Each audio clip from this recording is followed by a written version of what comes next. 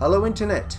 My name is Jeremy Szal, and today I'm doing a little reading from my book Stormblood, which came out from GollanczFest last year, and it's a space opera slash cyberpunk slash military sci-fi slash gothic sci-fi slash alien punk science fiction novel about the DNA of extinct aliens as used as a drug that makes people addicted to adrenaline and aggression.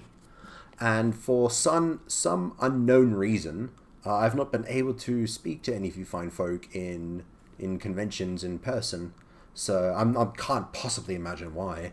And so my publisher has kindly requested with that I do a little reading for you, and of course we shall give the people what they want. So I shall do a little reading from the first chapter. I realized this was a bad idea at around the time the alien biotech started pulsing with dark pleasure under my ribs. Not that it had ever been a good idea, of course. When you boil it down, there are two types of plans. The ones that get you killed, and the ones that don't. When you're in the business of stealing illegal goods from dangerous people and selling them to other dangerous people, risk is part of the deal. But it was only since I'd been injected with storm tech that I started enjoying it. The rush of adrenaline, the thrill of danger, the heat of aggression. The polymer atrium of the spaceport with its recycled oxygen and pallid lighting was freezing. My skin was flushed and prickling with fresh sweat, my breathing shallow, my hands twitching by my sides. I think I was even salivating for it. Moist, sicky saliva filling my mouth like treacle. I grimaced. I hated when my body did that.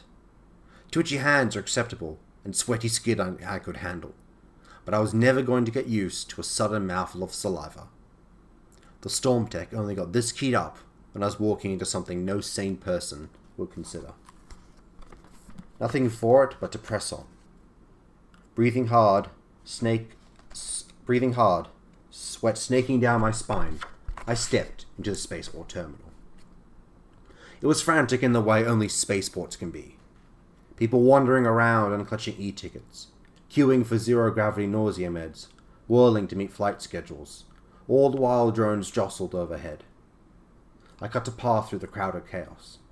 No easy feat for a guy my size, although folks tended to edge out of the way, especially since I was wearing heavy armor, my face concealed by a helmet.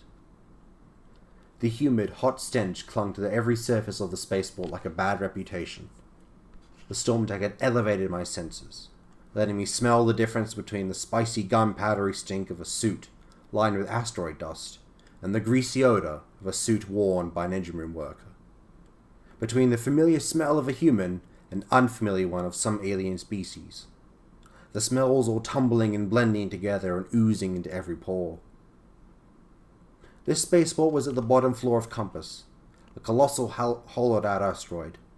Never been to anything like this place, and it was hard to believe, even standing in the flight terminal and seeing the geometries of chiseled rock gouged out high above, hollows sparkling with metals and threaded with girder work. I stepped into the tumultuous streets.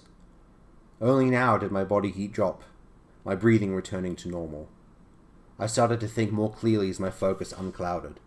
Eyes on the corners, ears open, mapping escape routes and points of interest, scanning the crowd for weapons and possible assailants. Paranoid, perhaps, but paranoia is always preferable to the bullet in the face. I had to assume the Shackle had lookouts and was packing surveillance gear. You don't become one of the most notorious crime lords in an asteroid of 500 million people without your own healthy dose of paranoia.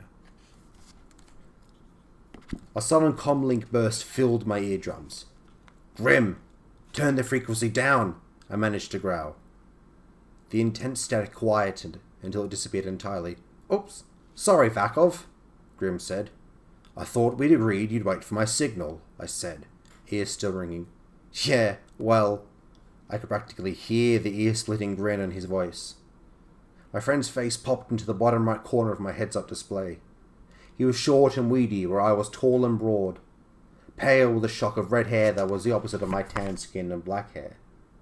We were opposites in many ways, but I found friends to occasionally be like magnets. Opposing forces attract, with the emphasis on occasionally. Grim was snacking away, every crunch amplified in my ear. But telling him to stop eating would be like telling me to stop drinking. Everything else is ready and, just got bored. You know how it is, big guy. Unfortunately, I did. Please tell me you're not watching me through the street cams again, I said. If they backtrace, you worry too much. My tech's airtight. Always has been, came the hacker's easy drawl. Grim was my best friend, but in moments like these, I wanted to wring his scrawny neck. Just making sure you don't do anything stupid. Like on Caddis Station? I winced. You and I remember Caddis very differently. Grim gave a knowing and I quickly changed the subject. Make yourself useful and watch for nasty surprises at the waypoint. That was our deal. I handled the physical end of the business, while he worked his tech magic from 20 floors above. Grim grumbled, but eventually settled down to work. He might whine about it, but he always comes around at the end. If I need him by my side, he'll be there, though sometimes the convincing gave me a headache. He reminded me of my little brother. I whirled away those painful memories as Grim piped up. Hey, Vac, why are we messing with the Jackal? You know he hunts down anyone who messes with him, right? Takes half of them. Half? Yeah, half of everything. 1 ear, 1 eye, 5 fingers, 5 toes. He leaves a ton, so they can warn others. Wasn't like I didn't already know any of this. Your point being? My point being, why are we putting our heads on the chopping block? One of the Jackal's less lethal enterprises was a biochem laboratory that sold experimental biotech on the dark market. One of our contacts wanted one of his genomes for a prototype called Hendrix, a male hormonal stimulant, enough to pay us to steal it. I make no excuses. Stealing from crime lords is no less illegal than stealing from anyone else. Theft might not be my proudest work, but it's the least dangerous and least bloody kind I do. I hadn't told Grim I only took this job to pay for his Compass residency card. He always buried the problem beneath jokes when I brought it up, but I caught the nervous flash in his eye, worrying if this week was the week he'd be deported from the asteroid. I not had much stability in my life, not many people who stuck by me. Grim had, and I don't let go of my friends easily. Although we both knew I'd taken this job because of the risk.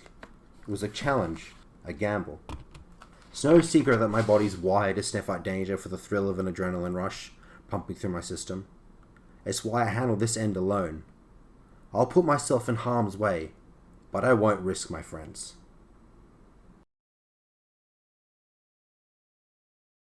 Hi everyone, I'm Louise Carey, I'm the author of Inscape, and I'm here today to give you a short reading. This is from the beginning of Chapter 1. Enjoy! Tanta is asleep when she gets the call to come in. Her escape alarm rouses her with a surge of artificial adrenaline, and she calls up her array to see a notification pinging away in the center. She sits up and glances around for directions. A flashing AR arrow snakes out of the 5th floor dormitory and away down the corridor. The arrow is red, which means this isn't a drill. She's been through enough drills by now, though, that she knows what she's supposed to do. She checks the notification on her array and the assignment details scroll before her eyes. Red assignment for Tanta, team leader. Elind, Ferent. Report to ICRD briefing room 1. She sets up a closed channel so she won't wake the rest of the dorm, and pings Elind and Ferent as she dresses. Tanta and Ferent have never been given a real assignment before, and Elind has only had one, a code green to do with monitoring gate security feeds. No one gets a red their first time in the field. This is the first sign Tanta gets that something is seriously wrong. She is dressed and ready to go in under 2 minutes. As she pads down the stairs, she is joined by 2 dark figures from the other dorms that occupy this part of the building. They fall in behind her and she leads them out of the ward house and into a waiting car, following the red arrow. There's some chatter on the channel. A red? What do you think they need us for? Too early in the morning for the real spies? I thought our first field assignment wasn't until next week. But they're well trained and keep it to a minimum. 10 minutes later, Tanta leads them into the headquarters of the Intercorporate Relations Division, an angular building with windows of mirrored glass. When they get inside, the arrow indicates that they should go up to the 1st floor. It's 2 a.m. at this point. Tanta's colleague at the front desk is on his third coffee of the night, if the marks on the inside of his mug are anything to go by. He darts a glance at her and the rest of the recruits as they march by, and she shoots him a reassuring smile. The lobby of the ICRD is cool and quiet as ever, but there's an edge to the silence, as of raised voices just out of earshot. The hairs on the back of Tanta's neck prickle. She thinks about the coffee, the quality of the silence, the flashing red arrow before her eyes. This looks like something big, she pings to the others. Be ready. When the lift doors open on the first floor, they hear someone shouting. There's an argument going on in the briefing room 1. Reflexively, Tanta zeroes in on the voices and sets her scape to reduce background noise. 2 in the fucking morning and they haven't even briefed us yet! That's kind of in the nature of an emergency call-out, Justin. Were you expecting a nice little calendar notification? Oh, you know what I mean. I'm meant to be starting at 8 tomorrow. When am I supposed to sleep? The briefing room is made of smart glass, but right now the transparency is set to 100%, so Tanta can see who is speaking without augmenting her vision. 2 ICRD agents are standing by the wide conference table. They both look haggard. Like her, they must have been sleeping when they got the call. The one on the left, a Hispanic woman in her mid-30s, is just annoyed. But the white man beside her, the one who was shouting, has a slight tremor in his hands and keeps pulling at his lower lip. It must be his first red assignment, Tanta guesses. It's hers too, of course, but she's been training for this moment for far too long for the thought to hold any terror for her. Your schedules will be amended accordingly. The board want their best people on this, even if it causes some disruption. Tanta's heart lifts as a tall woman with close-cropped blonde hair steps into the room. It's Jen. Whatever has the agents so upset, she will know what to do. Director Jennifer Ash looks stern, but she flashes the agents a steely smile as she speaks. Don't worry, that smile seems to say. We've got this. The agents don't look quite as inspired by Jen's entrance as Tanta thinks they should be, but they at least shut up and pay attention. The red arrow is pointing Tanta and her team towards the briefing room, so she walks up and raps on the door. Come in, Jen tells them, and in a mind chat message to Tanta alone, I see you shaved 30 seconds off your drill time. Nice work. Tanta's heart swells. It's so like Jen to notice she's beaten her personal best, even in the middle of a crisis. The 3 of them file inside and gather around the table, awaiting instructions.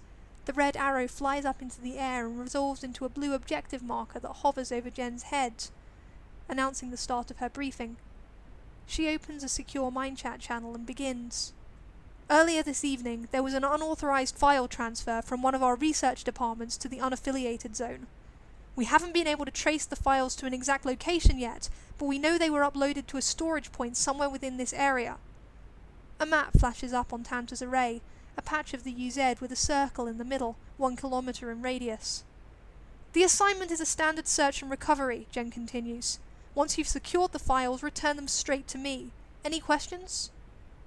Do we know which department the files were taken from? What they're about? The female agent sends. That's not relevant at this time, Jen replies. Come on, Jen, give me something. Or how are we going to know what we're looking for? The unaffiliated zone is not replete with storage points, Sophia. Find one and you'll have found the files. Jen gives her a meaningful look. Once you have located the storage point, under no circumstances are you to open the files inside or examine their contents. Simply secure them and return them to me. Is that understood? Yes. Tanta doesn't need to know more. The brief is clear enough. And when her team sees she doesn't have any questions, they both nod their assent too. They are going into the field.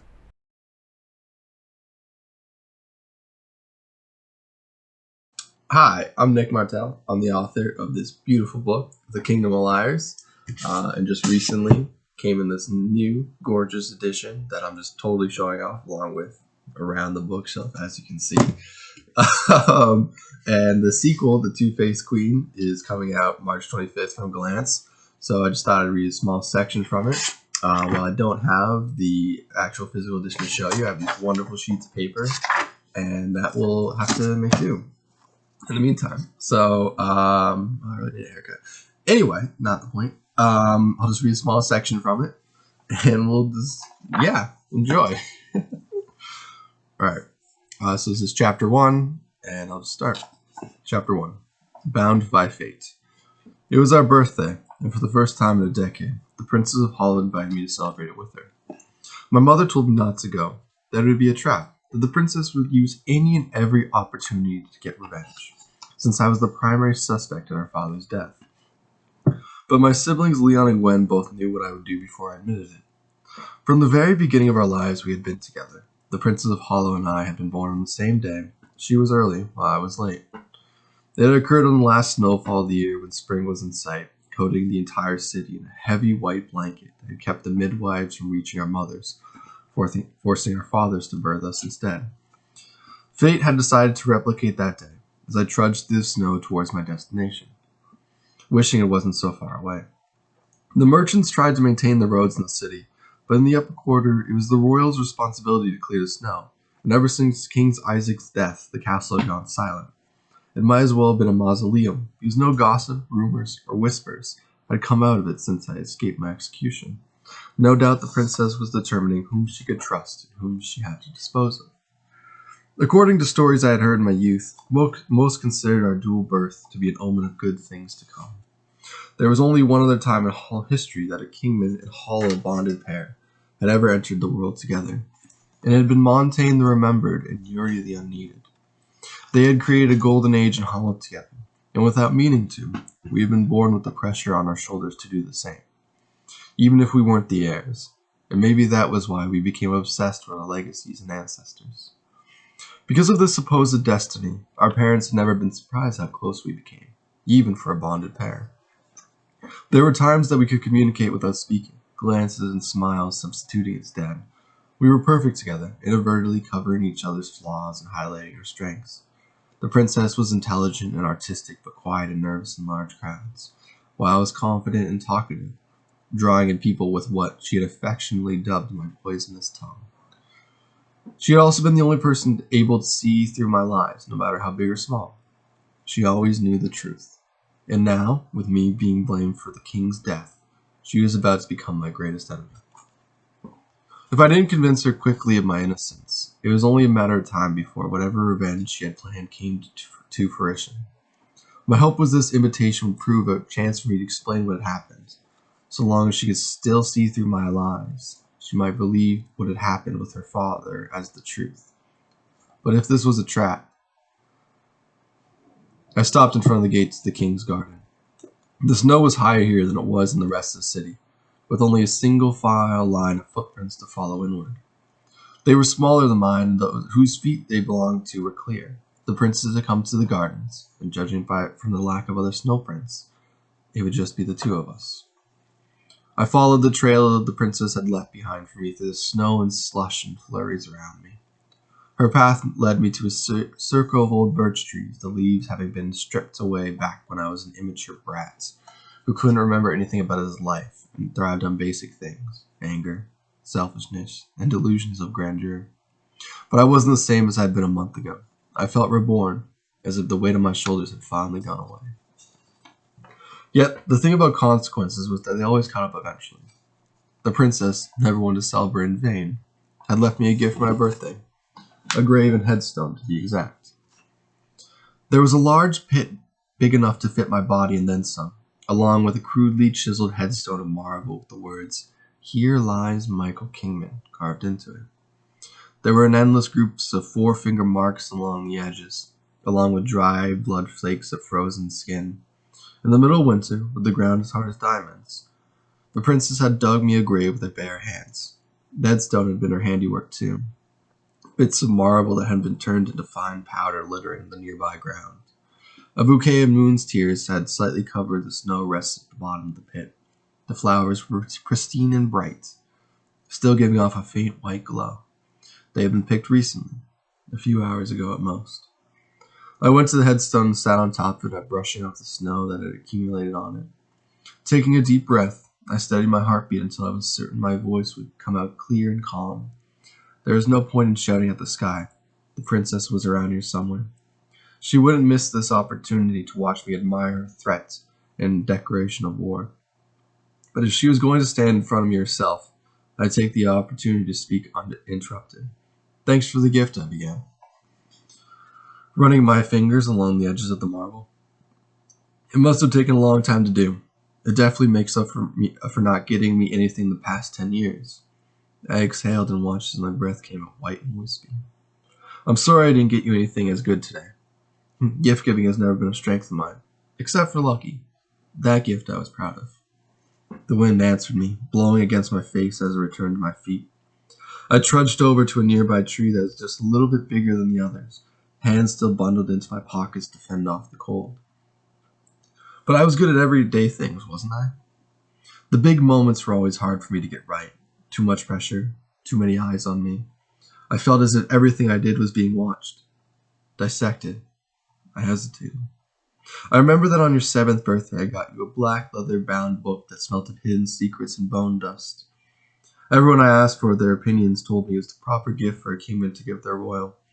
It was practical and showed that I understood the nature of our bound relationship, that I was maturing and no longer overstepping into something beyond duty. I kicked at the base of the tree I was standing in front of and watched as snow fell from the branches to the ground. It landed with a soft plop. It was a lousy gift, too impersonal for what we were. Even when you smiled sweetly and said thanks through gritted teeth, I knew you hated it. We were best friends, and being a bonded pair was only part of our relationship, not the base. I took a deep breath. I should have given you the heart-shaped glass necklace like I wanted to. That was the right gift back then. And although I never got the chance to give you your 9th birthday gift officially, better late than never, right? Words were carved haphazardly on the tree's trunk in a childish scrawl. Michael and the princess, bound by fate, but chose each other anyway. That's one birthday gift I missed. Forgive me if it's childish. I was 8 when I did it. I returned to the edge of the pit, toes dangling over as if I was about to jump. Nothing I say right now will make you forgive me or make you believe that I had nothing to do with your father's death. So keep watching until you're satisfied. You won't find the monster you're looking for, just the foolish boy you once knew. A voice came from everywhere and nowhere. I'm going to kill you, Michael Kingman. Unlike my memories of dawn that returned in a torrent all at once and nearly split my head open, my memories of the principal trickled back to me like an offbeat rhythm. It made me wonder if my memories of her had been manipulated or forgotten, or if I had simply pushed them to the back of my mind as a child to save myself from losing another loved one after my father. I answered her threat with a smile as something in my mind turned open, her name returning to me after a long absence. Come maybe with everything you got, Serena Hall. The scrawl on the name changed. The princess morphed into Serena. I promise you that I'm not going to go anywhere ever again. Alright, and I guess we'll stop there. That's the opening of the Two-Faced Queen. It's really the story of Michael and the princess in very easy terms after he's been almost executed for killing her father. And it's the story of their relationship, the story of this world that's kind of changing, and the continuing tragic story of Michael Kingman. I hope readers really enjoy it. I'm really proud of it. I love this book. Yeah, I'm really proud of it. It's the best thing I've written, and I hope readers enjoy it just as much.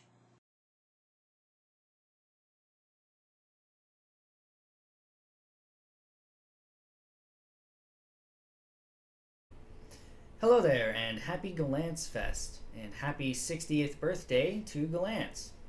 I'm JT Greathouse, and I will be reading from my forthcoming debut fantasy novel, The Hand of the Sun King. The interlocking brackets of a roof and ceiling appeared through the thicket before us. The path led to a wicker gate, frayed and brittle after years of neglect, which was guarded by 3 stone wolves. One stood in the center of the path. The others sat on their haunches to either side of the gate. The Temple of the Flame, my grandmother said, then gestured to the twin-seated wolves. Okara and his sister Tolu, their mother, Ateri the she-wolf, the mate of fire. Learn their names, boy. I had always been boy to her. Never did she call me by my Sienese name. She led me past the wolves. I flinched away from them, even as I committed them to memory as she had instructed. Ateri stood with her head lowered to lunge. Talu was calm-faced and proud, with piercing eyes over a shortened snout. Okara was the most frightening of the 3. A distinctive pattern of scars had been etched across his face, marring his right eye, and his teeth were bared in a vicious snarl. Later, my grandmother would tell me the tales of these strange gods, of Ateri's wisdom, Tolu's nobility, and Okara's guile and ferocity. That night she led me firmly but gently by the arm past the wolf gods, through the gate, and to the temple. Moonlight dimmed the red and yellow paint of the Temple of the Flame. Paper screens had been nailed over the windows long ago. Most were riddled with holes, and one had been torn away by a falling stalk of bamboo. A colony of foxbats clung to the brackets of the ceiling and watched us with bright, glinting eyes. The stink of their guano filled the place. Grandmother led me up the steps to the altar at the temple's heart.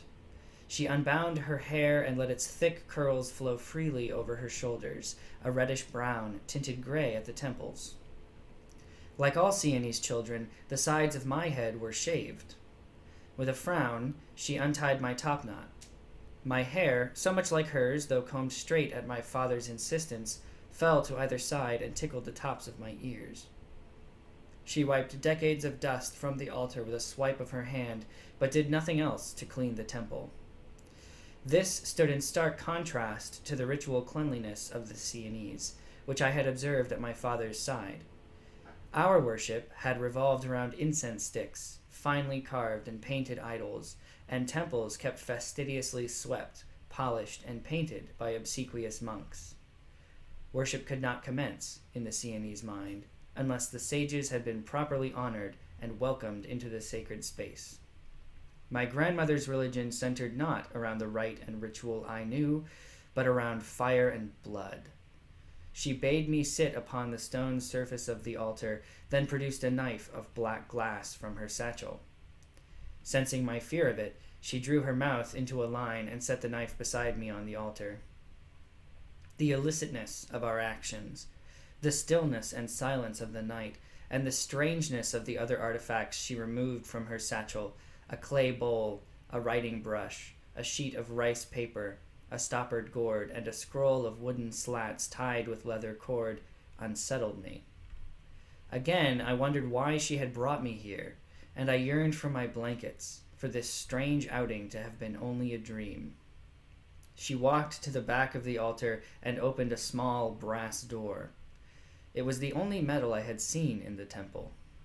She stared into the darkness beyond that door, her eyes distant. Once, she said softly, a witch would tend this hearth day and night. Once the first flame still burned here, a kindling from the same fire that set man apart from beasts. Now there is only old coal and ash. She stacked wood within the hearth, then reached into the darkness. I leaned over the edge of the altar, trying to watch her hand as it disappeared within. She snapped her fingers, and whatever path my life might have followed before that moment, it changed. For the first time, I felt the intoxicating thrill of magic. It seized my chest with a feverish heat, raced up my ribs, over my shoulders, and down the length of my spine. The grain of wood and stone leapt out to me like the writing of an ancient god.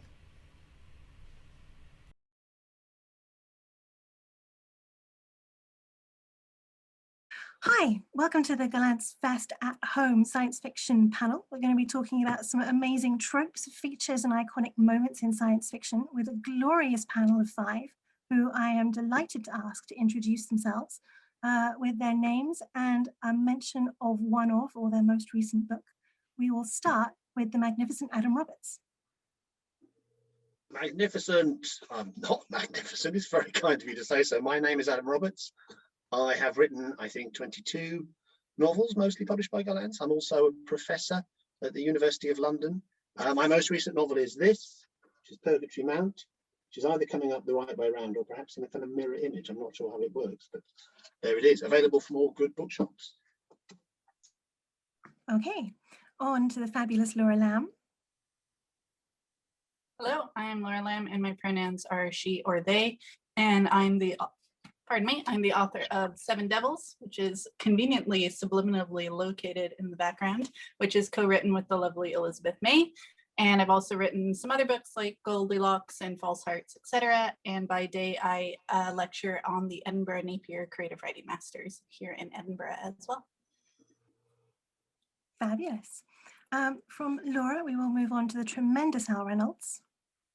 Hi there, I'm Al Reynolds, former space scientist.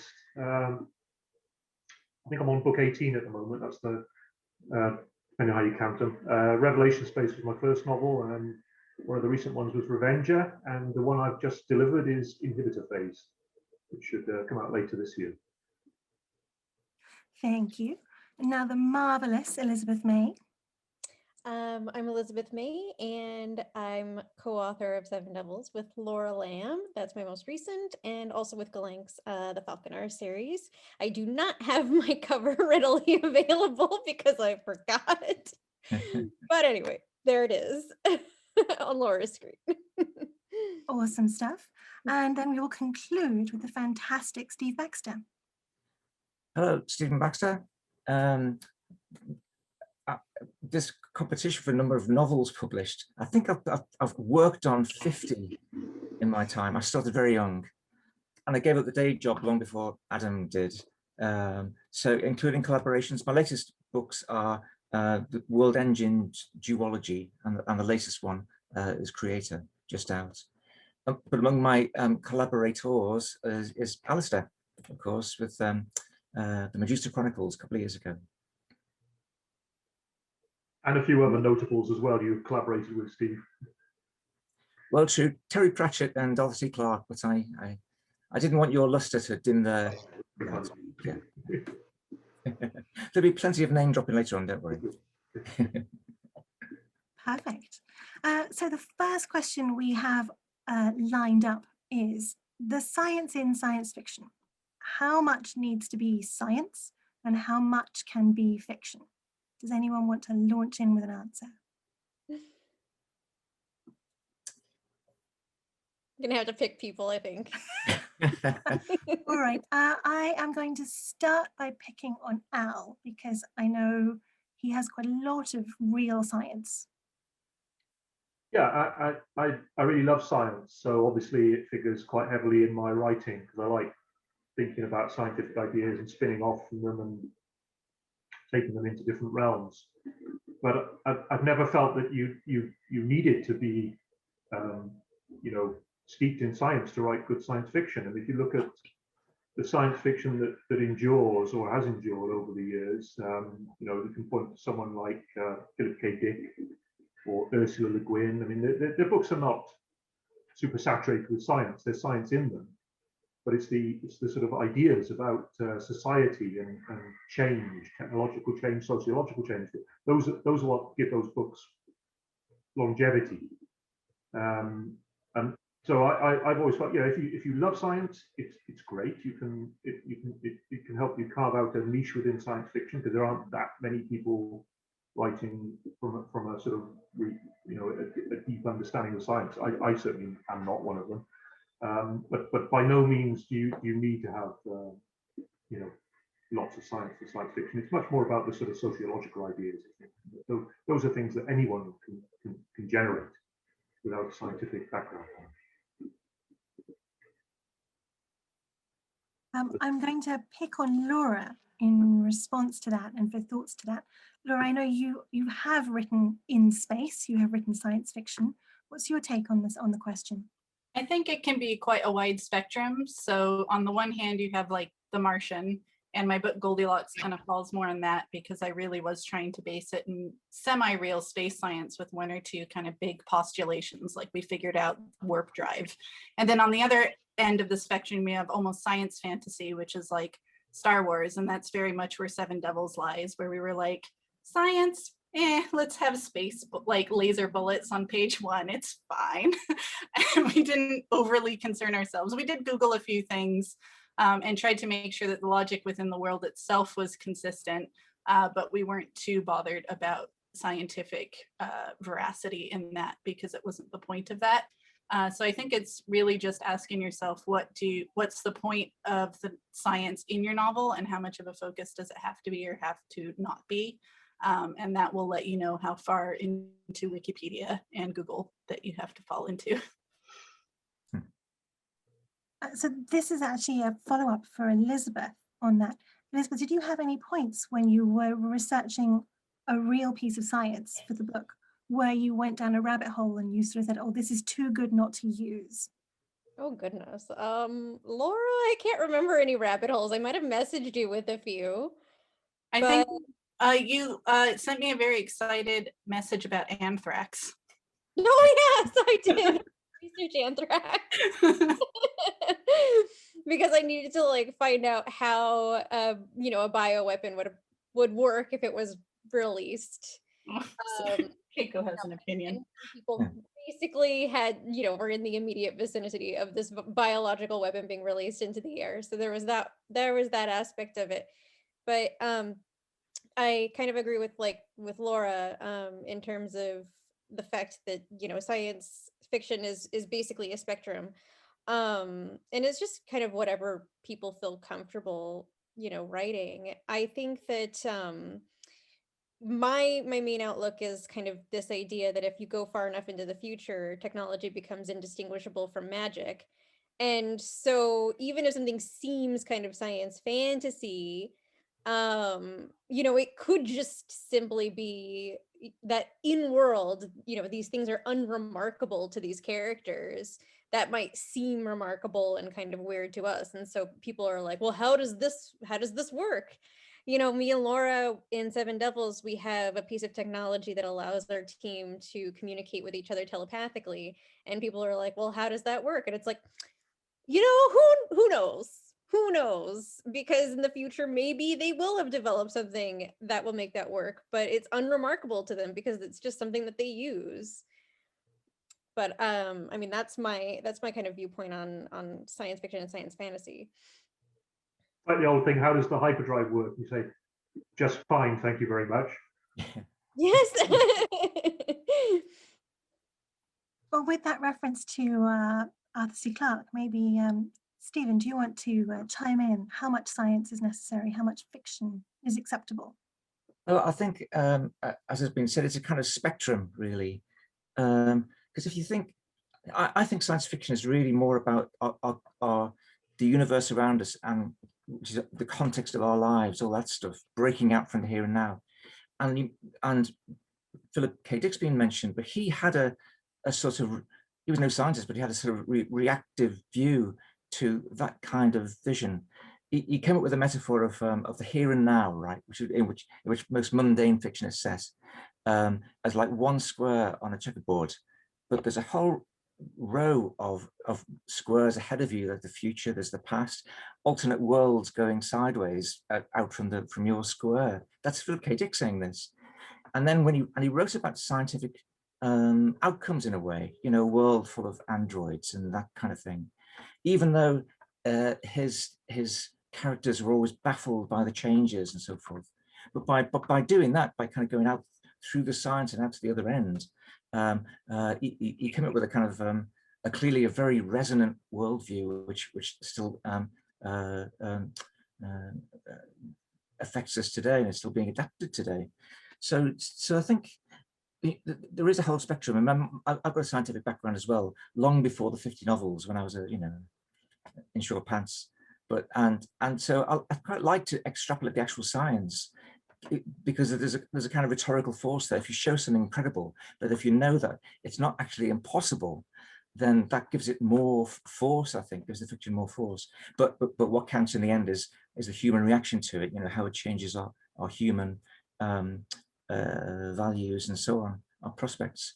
And I'm really sciences of worldview these days. If you look ahead to the next few decades, we're not looking for miracles. We're expecting climate change, but we understand the science behind the climate change. Hopefully, we'll be able to use science to mitigate the effects of the science change, as opposed to praying. You know, that's the separation of the worldviews. So I think it is a spectrum, but I think science is thoroughly embedded in our culture, and that's what science fiction is: a sort of loose, you know, mad Hall of Mirrors reflection of that culture. And if I could just ask as a follow-up, have you ever had one of your extrapolations have science catch up to it? while Yeah. you're writing? I certainly have. Well, a few actually, but my favorite one is Proxima, my novel Proxima, published a few years back. About Proxima is the nearest star to the sun, and so I projected a planet in the habitable zone of this thing. Looked up the literature on planets of red suns and so forth. You've got to be close in and one face. Projected life forms of some kind there. Next thing you know, they discovered just such a planet a few years later. We don't know whether it's got life or not, but I got it in the right place, which is very pleasing. And the scientists contacted me, which is really brilliant, and said, you know, you got it right. One of them actually said, did you see our results before we published them? I said, no. You know, I just worked it all out. And I did a big public event. Which university was it? One of the universities in London. As there's the scientists getting up and talking about future discoveries and so forth. And there's me seeing how I worked it all out. So that was a really, you know, that was pretty cool, getting a pat on the back from the actual scientists. Under international law, that means you now own that planet, Steve. Well, I've named it. Fantastic. Adam, that actually felt like the perfect segue, because your writing has covered, it feels to me, the whole spectrum from the alternate histories and alternate worlds of Philip K. Dick to something like Greathouse, which is far more real science, or felt far more real to me. What do you think, having written across the spectrum? I mean, I think I'm more self-conscious about it because unlike the other panelists here, I don't have a science background. My background is in the arts. I did an English classics degree. And although I agree with Alistair, science is absolutely fascinating. My knowledge only goes so far as, you know, reading The New Scientist or checking things on Wikipedia and seeing what I can get away with. I suppose my view of science fiction is, excuse me, it's making me cough. Just my view of science fiction, it's sticking in my throat. Samuel Delany said science fiction it's a metaphorical literature because it aims to represent the world without reproducing it. So the things that we write about fundamentally are metaphors that reflect back upon our lives. If it says nothing to us about our lives, then there's no point in the story. The Matrix movies, let's say, scientifically, that's kind of garbage, isn't it? That we're all stuck in pods because these machine intelligences want to use our bodies as kind of batteries. Doesn't really make a lot of sense. But as a metaphor, it's very eloquent about what it means to be kind of trapped in late capitalism, working in this technologically saturated environment that we're all in. So if the metaphor is eloquent enough, I think you just need to do enough by way of science in order not to bounce your readers kind of obviously out of the story. Although I would say one other thing, which is we're kind of conflating two rather different things here, aren't we? We're talking about science. Actually, most science fiction isn't interested in science. It's interested in technology and machines and engineering. And if you read a lot of science fiction, we get very cavalier about the actual science. Faster than light travel is something that violates science. It makes for really cool, you know, spaceships. So it makes for really cool tech. And we can come up with all sorts of spurious engineering to explain how these things are happening. But that's where our interest is. We're more interested in machines than we are in science, by and large, I'd say. I mean, is that right, guys? Do you think, or am I speaking out of turn? No, I was actually thinking that I mean, interested in not just machines, but in you know, human interaction with technology and human interaction with the science aspect of the novel, and how it essentially affects human civilization and human psychology and human sociology. And one of the things that really interests me about science fiction in general is the fact that it so deeply explores humanity in terms of an anthropological perspective, how technology and science could affect human civilization or alien civilizations as well. And I find that fascinating about it. It's like I really got into Black Mirror recently, and I love the way that Black Mirror uses technology and science from a near future perspective to show the various ways in which these technologies can affect our culture. And I love that about it. I was going to say the same thing, like humans' reactions to machines and us imagining ourselves in these various futures and how we would react to said technological advances is, I think, why people are so fascinated by science fiction in particular. Yeah, but I think that Al mentioned Ursula Le Guin earlier, I think. One of my favorites of hers is Always Coming Home. If you've read that, it's set in a few centuries ahead, I think, or maybe a couple of millennia, I'm not sure, North America, where the kind of native culture has re-emerged, I think, through, without any continuity from the past. It's just, they live that way again, but they're surrounded by the wreckage of our modern world. So there, it's not really about the machines, you see, Adam, it's about the machines are all wrecks lying around the landscape, a bit like the Star Wars settings in a way. But you know, to keep away from the toxic waste dumps, and she's done some science in the sense of working out, you know, half-lives of radioactive products, that kind of thing, where you got to stay away from. But it's all seen through a kind of Paleolithic culture, really, through the lenses of that. It's still science, and you need science to understand what the world is likely to look like in that future. And yet it's a human reaction as well. But science is still at the core of the genre, I think, but not necessarily, you know, in a kind of vanilla form. That is a great novel, Steve. I agree, but really, it's an anthropological novel. It's a kind of speculative anthropology, isn't it? So if we, I mean, whether you consider anthropology to be a science, or whether when we say science, what we actually mean is physics and chemistry. Oh no, anthropology is definitely science, I would say. It really is. You can make testable predictions. That's what science is. So yeah. I love the fact that every time we say anthropology, Elizabeth lights up a little bit. It's like, yes, the people and the anthropology. I'm a doctor of anthropology, just so everybody knows. That's me picking it up as well. No, I just enjoy seeing it every time. Be like, oh, yes. So one of my follow-up questions for everyone is about the what-if nature of science fiction. It seems that one of the notions at the heart of it, one of an engine of the science fiction story, is that extrapolation and the what-if. And I wanted to ask Adam to begin with, how do you find this question useful? I know you've written a novel of what if animals could talk, which is a nice example. I'd love your thoughts in general.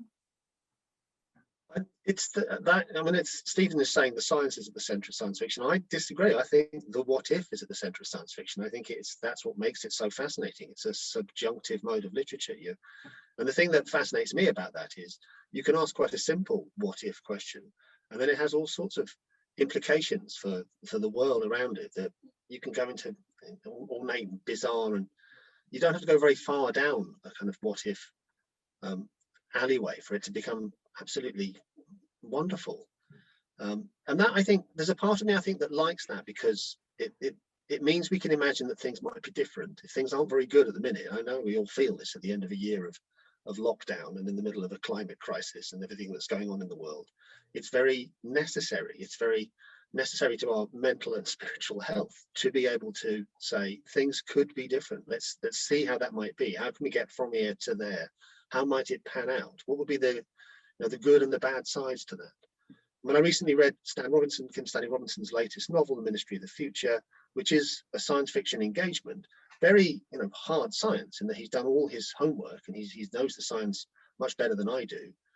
Engaging with climate change, how could we turn this oil tanker around before we sail off the edge of the world? And it's a very detailed novel. It's quite a hard novel to read because it takes a lot out of you. You have to really concentrate, and he throws lots of stuff at you. But at the heart of it is this really profoundly hopeful what if? What if we got our collective act together and addressed climate change before it's too late? I think that's really important, actually. Fantastic. Laura, do you want to respond or build or share your thoughts? Yeah, on the subject of imagining better futures, one of my best friends, who was my science consultant on Goldilocks, runs a lab looking at algae and running like evolution experiments on acidification of oceans at the University of Edinburgh. And she's doing something with epigenetics I don't understand, but it's all super fascinating.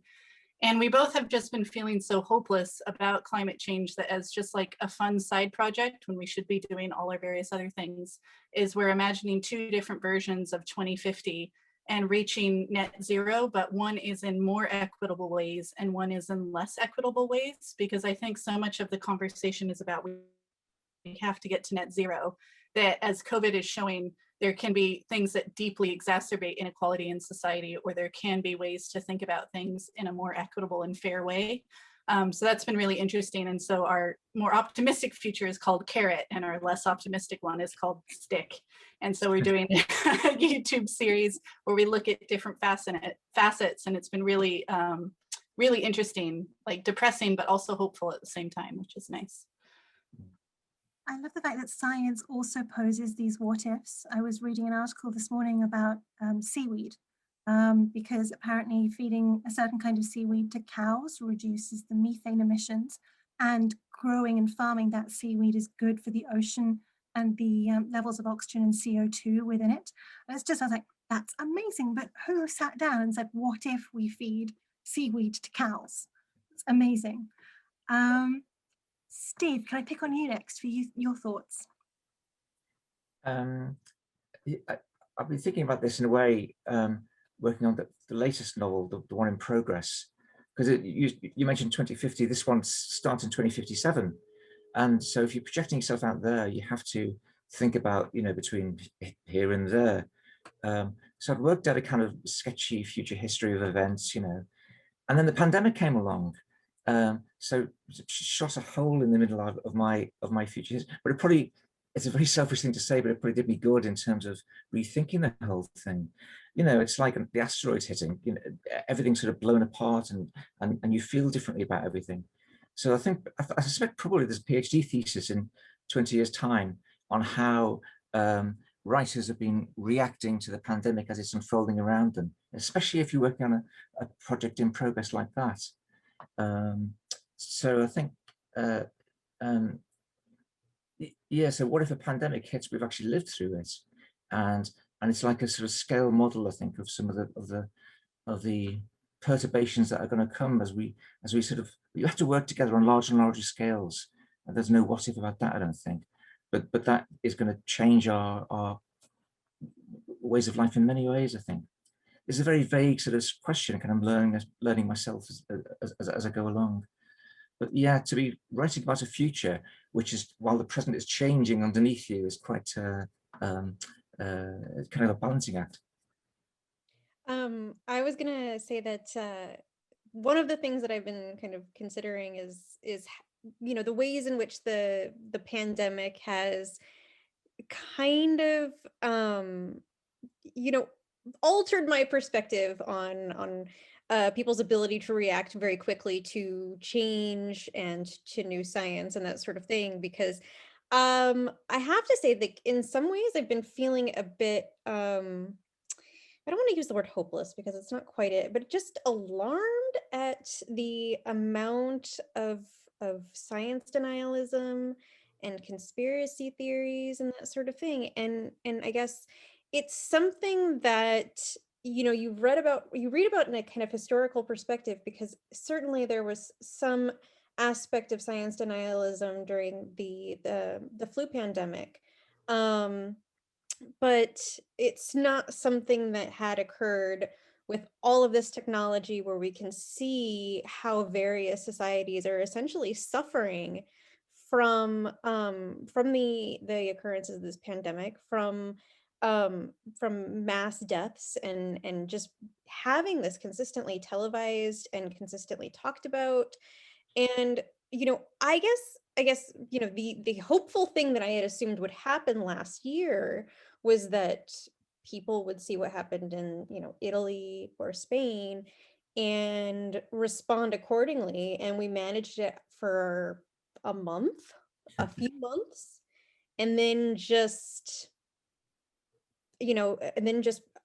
people politicizing mask wearing, and this idea of masks being an aspect of a culture war, despite the fact that wearing one saves lives, wearing one saves one's own life and other lives.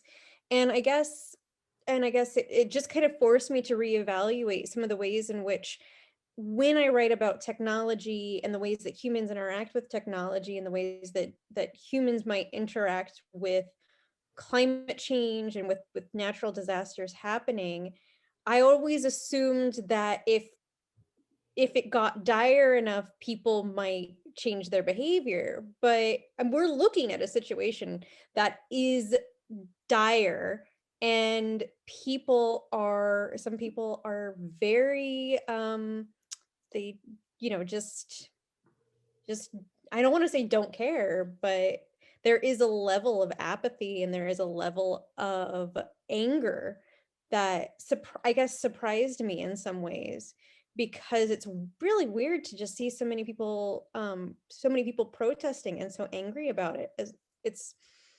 So that was just something that that surprised me in terms of pandemic science and conspiracy theories, and how conspiracy theories have basically got a hold of people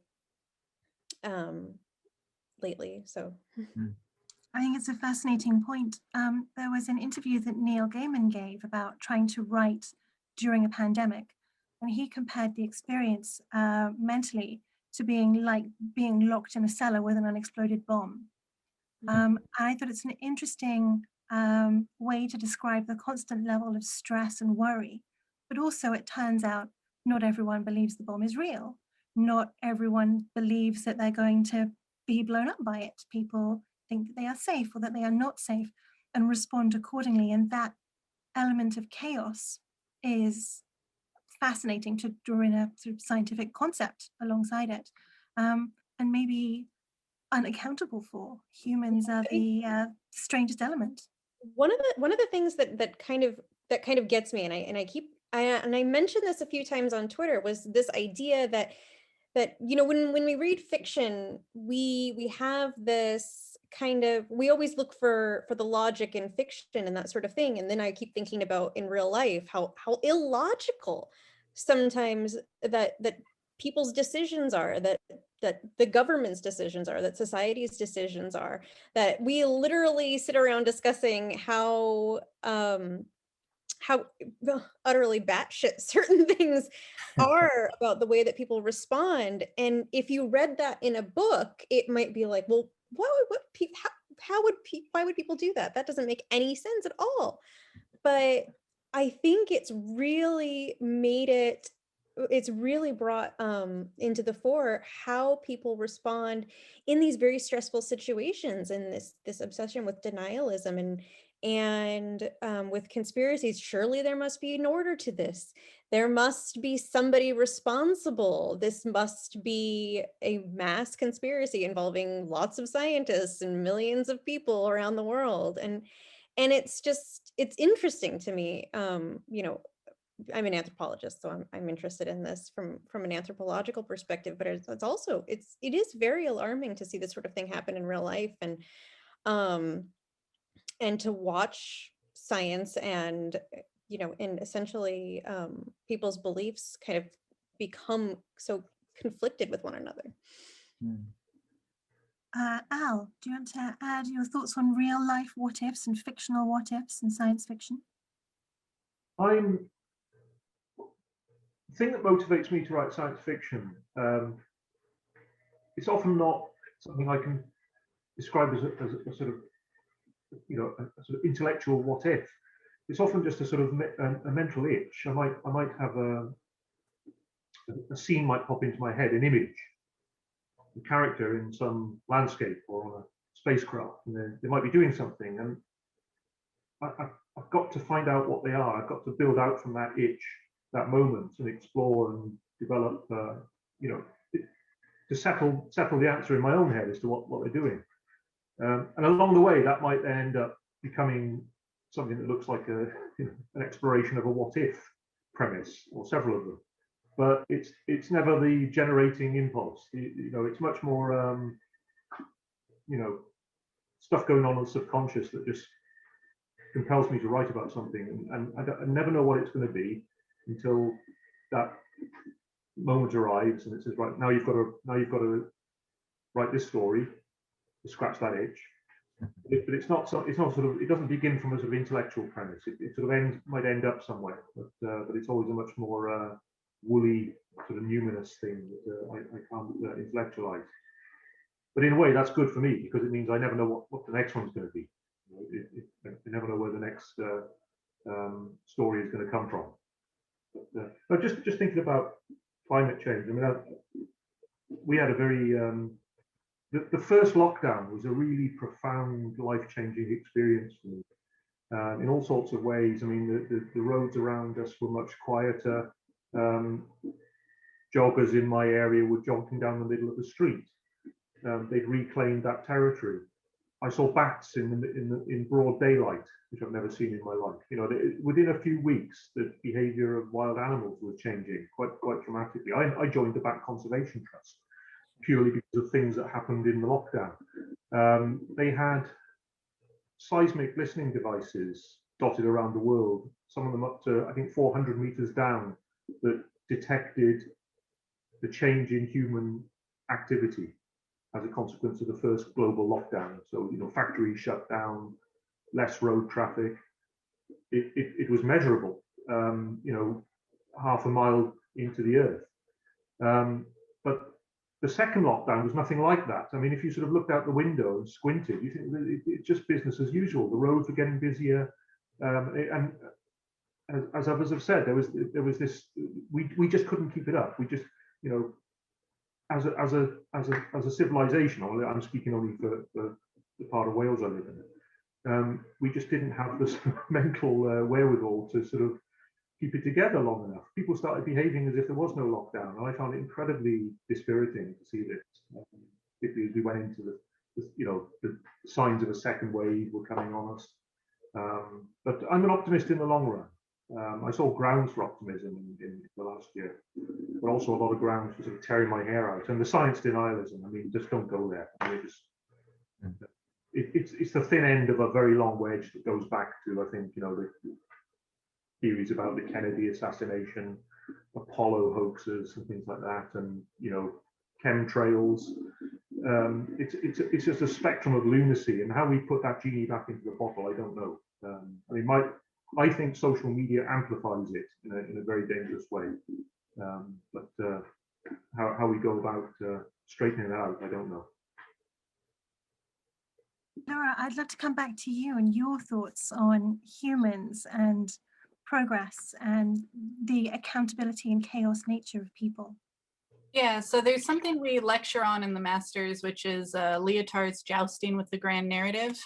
And grand narratives are basically these sort of like lies that have been repeated so often by society that we just believe them, and we prop them up with all these smaller meta narratives. And so we talk about that in terms of world building, science fiction and fantasy futures.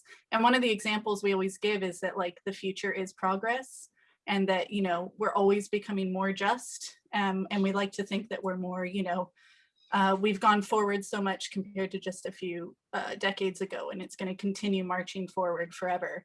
But I think what, you know, big destabilizers like plague, like COVID can do is it risks really, you know, having those hard-won freedoms come away alarmingly quickly. I remember seeing some reviews of Goldilocks, and they were like, I don't know if I buy that this future is so sexist. Meanwhile, so mostly women are the ones who are losing the jobs in lockdown or having to do extra childcare duties. And I'm like, are you not looking at the news?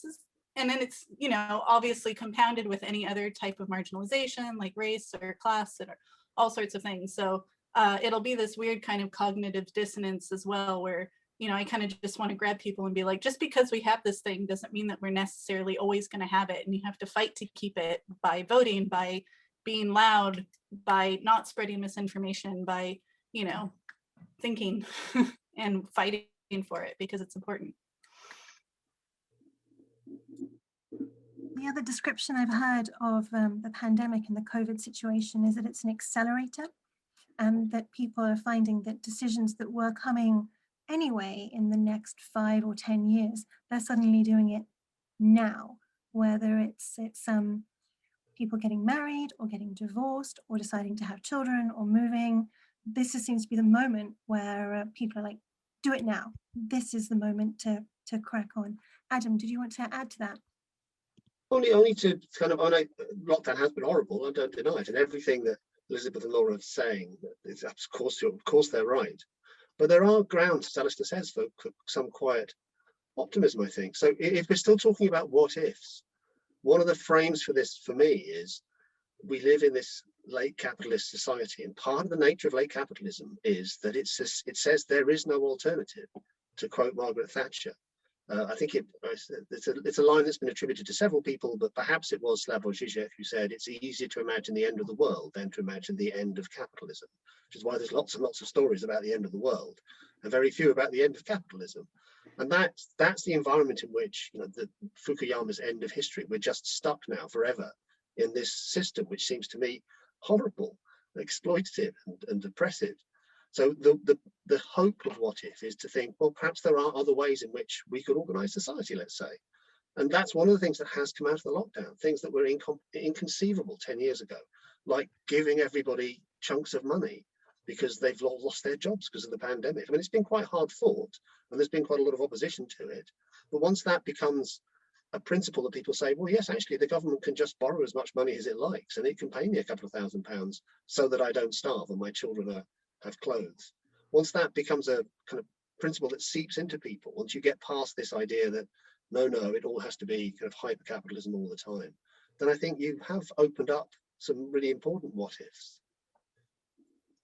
I love the fact that in a couple of Gollancz's Festival panels now, you have been a voice of optimism, looking at the future. It's always such a relief that there's someone who's interested in saying that's good things may come of this. So I love that point. I think Elizabeth might have a counterpoint before we get too cheerful. I don't know that it's I don't know that it's necessarily a counterpoint, because it could feasibly go either way. I wanted to bring up the point that that the pandemic has really exceptionally highlighted income inequality issues, and how that there are so many people currently out of jobs, or currently on furlough, or currently just financially suffering, and it's contrasted in a very, very loud and visible way with rich people, with rich celebrities who use social media, who have in normal times use social media to essentially highlight their lives, but in the middle of a pandemic, it takes on a very kind of more of a difficult situation. I mean, there are a lot of people that follow, say, Kim Kardashian on social media, but when she highlighted the fact that she surprised all of her friends with like a trip to a private island where she could pretend it was normal for like over a few days, it really highlighted the fact that it's like, okay, well, most people cannot simply pretend these things are normal. People are, stuck in this situation where they're not financially able to go to an island. And it was very Mask of the Red Death situation, which I found to be very interesting. And how, I mean, and that doesn't even go into the fact that, politicians are arguing how much money people can live on and that sort of thing. And so it's really accelerated all of these conversations about income inequality that I don't think really happened kind of as much before the pandemic, because the pandemic happened and everyone was affected.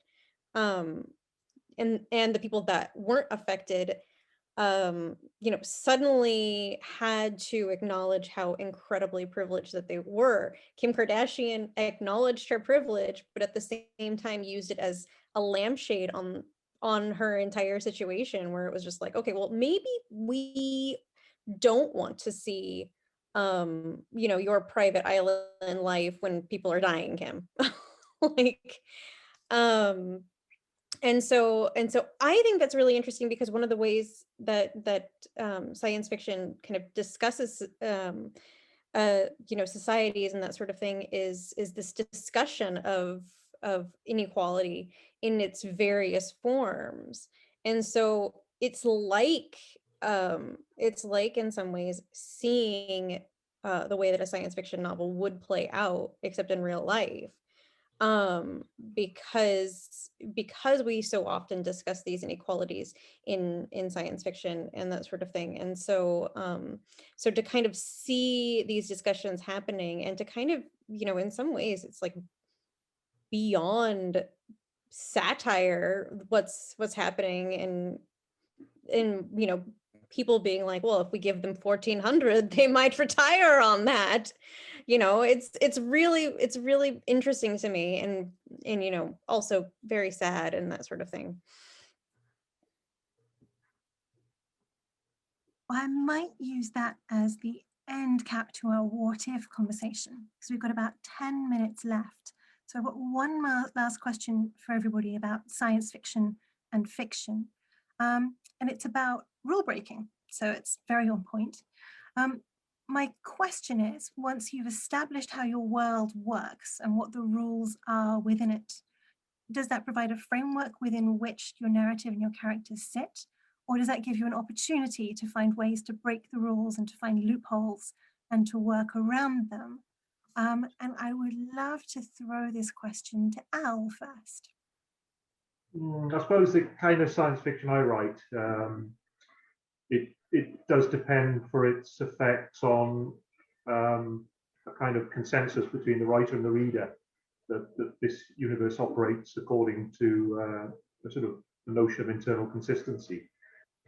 Because I'm not writing new weird, I'm not writing anything that sort of shades into sort of science fantasy.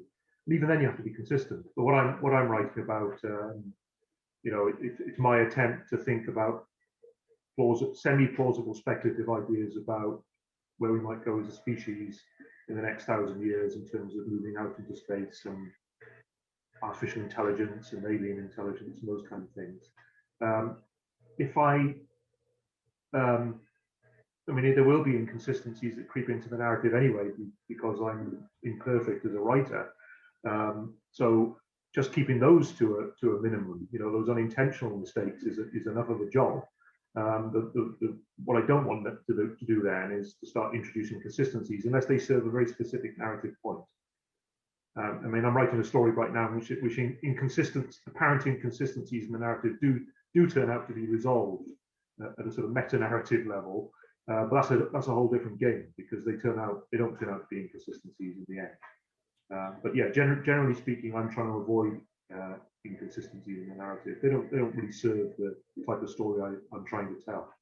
Does that make sense? I think that makes sense. Steve, is your view on inconsistencies and rule breaking similar, with a scientific basis to work within, or do you feel more out of the box? I think I took this question in a slightly different way, to be honest, where, yeah, I'll try to project some kind of internally consistent universe, but what you want then is a story, who's it hurting?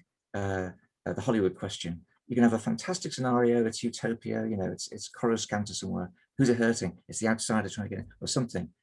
And going back to my World Engines books, which is, I think this is relevant to the previous conversations. In the first of those, I have a future a few hundred years ahead where we've abandoned capitalism to refer to Adam's point. So I'm trying to, it's a post-capitalist society. It's high-tech, everything's free. It's kind of the Star Trek future. So,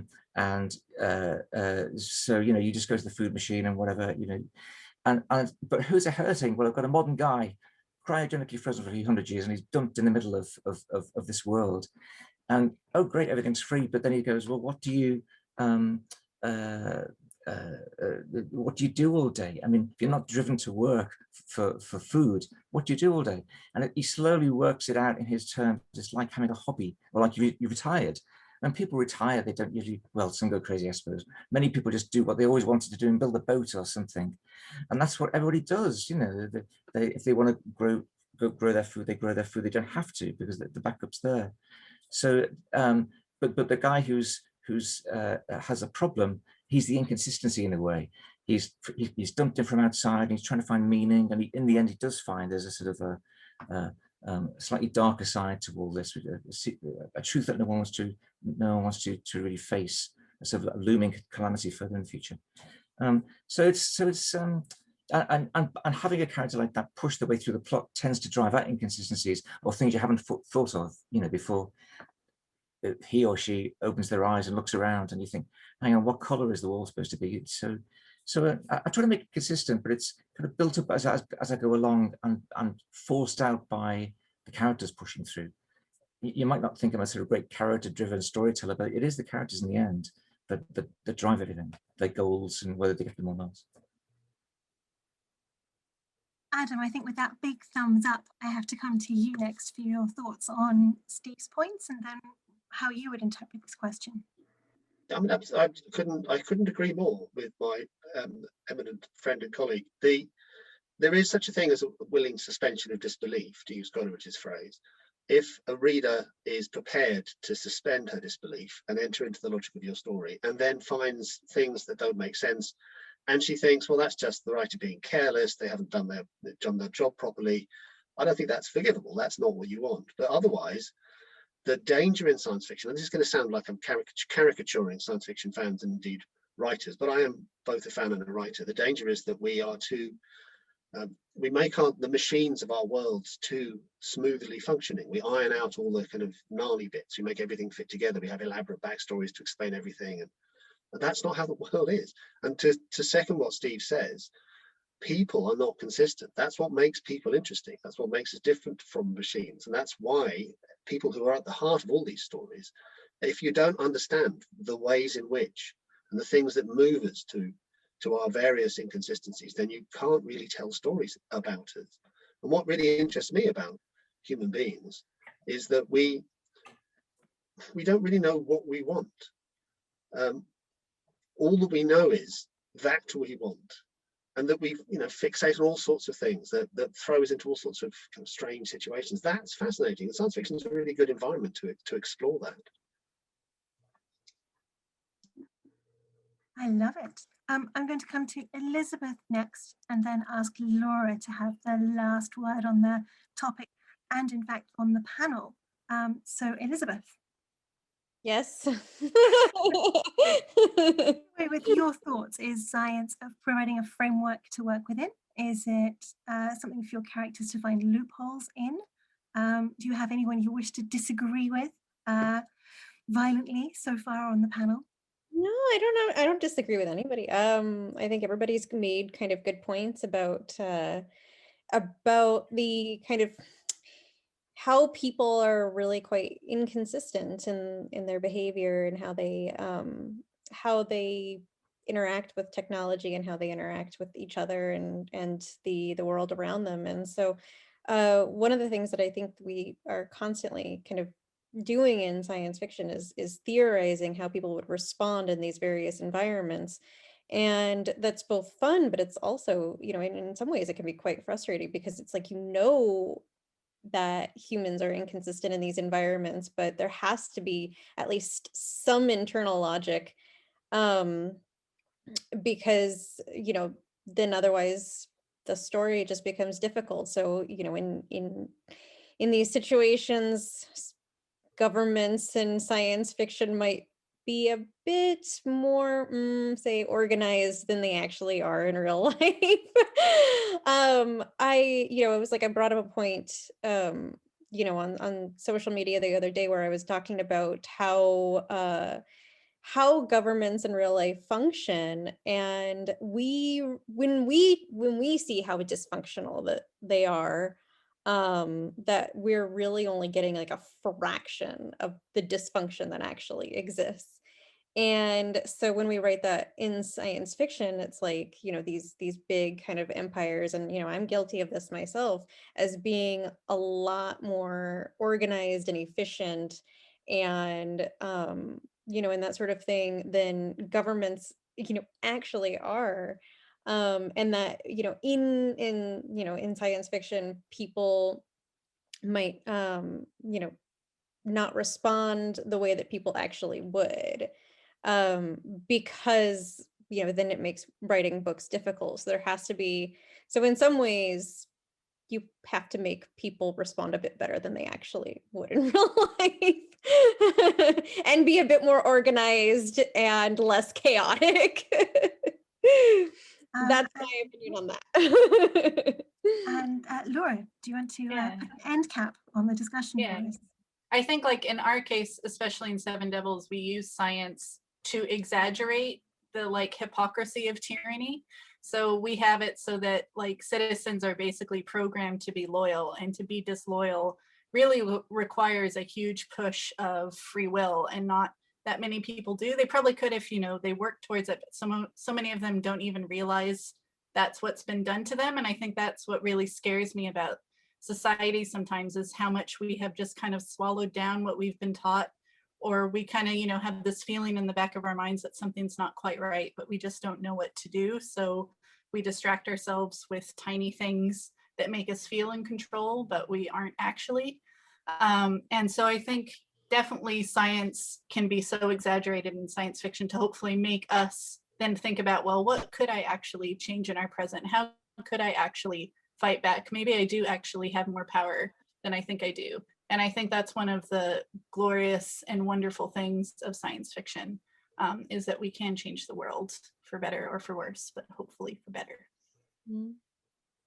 I am amazed and in awe of the fact that after that conversation, which was so wide-ranging and sometimes bleak, we ended on a hopeful note. Yeah, I was like, I'm going to end happily. Let's do that. Well, not be too depressed. With that happy note, we are out of time. So I have to say thank you to all of you fabulous authors for a really great panel. I appreciate your time and your thoughts. And a huge thank you to everyone who has watched this panel as part of GollanczFest at home. Enjoy the rest of the festival, and thank you so much. Thank you all. Thank you. Thank you. Bye. Thanks.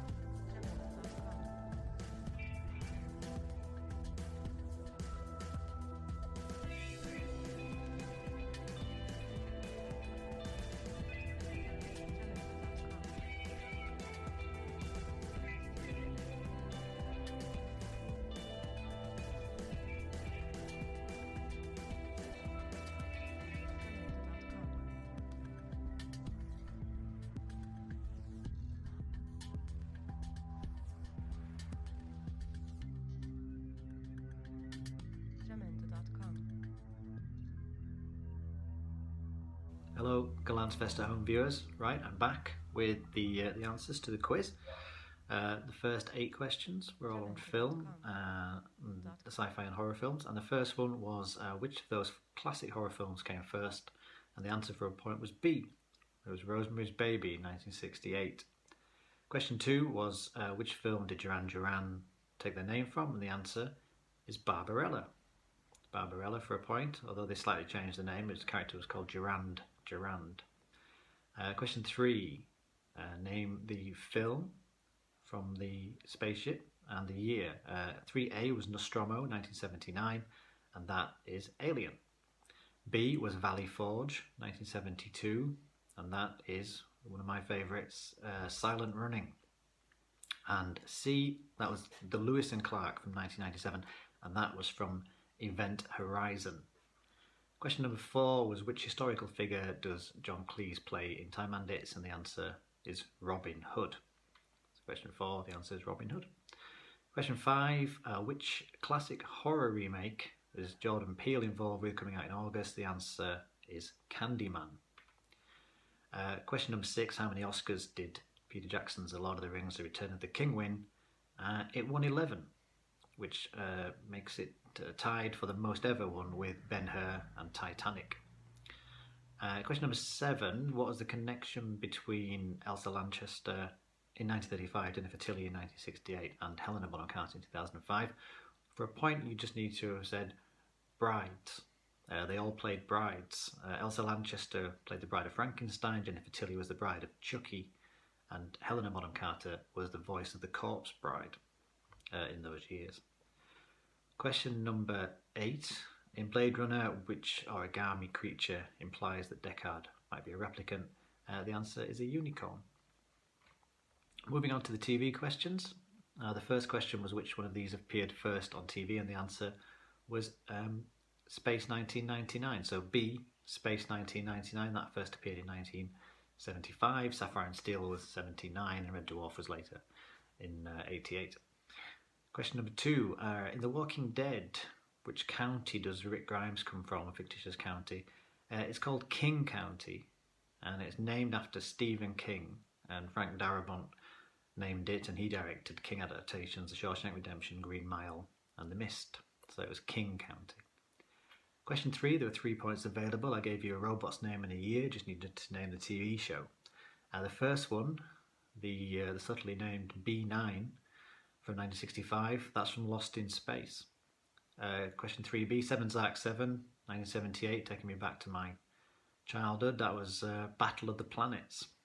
That was B, 7 Zark 7, that was Battle of the Planets, with his robot dog, 1 Rover 1. C was Tweaky, 1980, and that robot was from Buck Rogers in the 25th century. So C is Buck Rogers in the 25th century. Question number 4, which of the Doctor Who actors has got an Oscar? And it's Peter Capaldi. He won an Oscar in 1995 for his short film Franz Kafka's It's a Wonderful Life. So Peter Capaldi is the only actor who's played Doctor Who and has an Oscar. Question number 5, who's the only person to play themselves in Star Trek? And it was The Next Generation, and it was Stephen Hawking. He appeared in The Next Generation in 1993 as a hologram of himself, playing poker with Data, Sir Isaac Newton, and Albert Einstein. Question number 6, could you name that TV series created by Terry Nation that began in 1975? The answer for a point was Survivors. What is the specific connection between this is question number 7. What was the specific connection between Jenny Ryan, Tricia Helfer, and Millie Bobby Brown? They all play characters with numbers in their names. So Jenny Ryan was 7 of 9 in Star Trek Voyager and Picard. Tricia Helfer was 6 in Battlestar Galactica, and Millie Bobby Brown is 11 in Stranger Things. And finally, on the TV shows, which German director played the client in The Mandalorian? That was Werner Herzog. And then finally on books, the first question on there was, which of those legendary sci-fi authors was born first? Was it A, Ursula K. Le Guin, B, Octavia E. Butler, or C, Arthur C. Clarke? And it was C, Arthur C. Clarke. He was born in 1917, Ursula Le Guin in 1929, and Octavia E. Butler in 1947. Question number 2 was the anagram. Did you get the anagram? Raw becomes jibe is Joe Abercrombie. So 1 point for Joe Abercrombie. 3 points available on question 3. James Herbert wrote 9 novels that begin with the word the. If you could name 3, you could have 3 points. So we could have had any of these. The Rats, of course, is probably the most famous one. The Fog, The Spear, The Survivor, The Dark, The Jonah, The Magic Cottage, The Ghosts of Sleeth, and The Secrets of Crickley Hall. So any three of those, 3 points. The authors that share the same initials, the two Gollancz authors, is Adam Roberts and Alistair Reynolds. So 1 point for Adam Roberts, 1 point for Alistair Reynolds. Question number 5 was the odd one out. Which of those was not a genuine Philip K. Dick novel? And the answer is C, The Eyes of Darkness. The Eyes of Darkness is actually a 1981 novel by Dean Koontz, the one that was widely reported as having predicted the coronavirus last year. And then question 6 was which book by Richard Matheson was filmed as The Last Man on Earth, The Amiga Man, is I Am Legend. I Am Legend. Question number 7, what specifically connects authors Ian Banks, Jenny Colgan and Con Eagledon? The specific connection is that they all add a middle initial to publish science fiction. So it was Ian M. Banks, Jenny T. Colgan and Con F. Eagledon when they published science fiction. And then finally, my Douglas Adams question is what was the name of the starship that Zaphod stole? And the answer was the Heart of Gold. So that's it. Let me know how you did. I hope you enjoyed it. I'm GP Wigglesworth on Twitter and Instagram. And as I say, I'm the author of the Book Lovers Quiz Book. And I hope you've had some fun today with the quiz. And I hope to see you all again soon.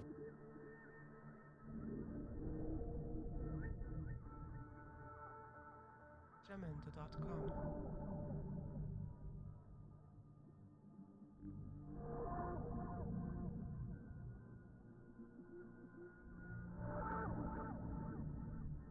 Jamendo.com.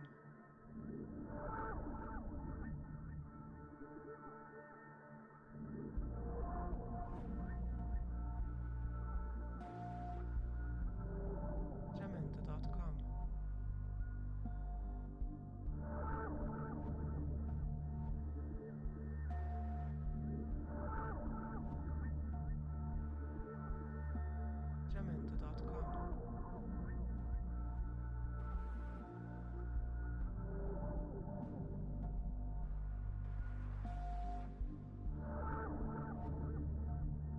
Jamendo.com.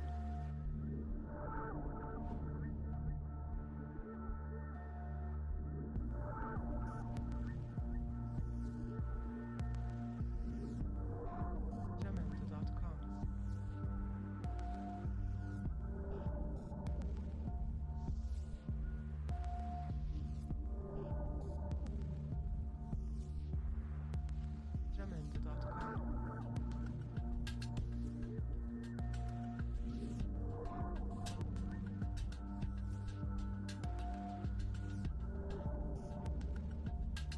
Jamendo.com. Jamendo.com.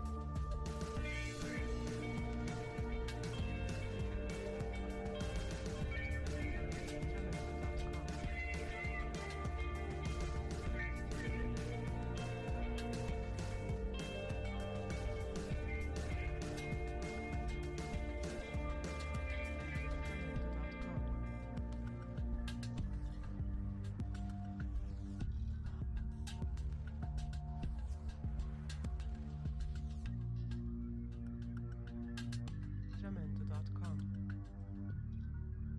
Hello there. I am Christopher Buehlman, and I'd like to read to you now from The Black Tongue Thief, my fantasy debut.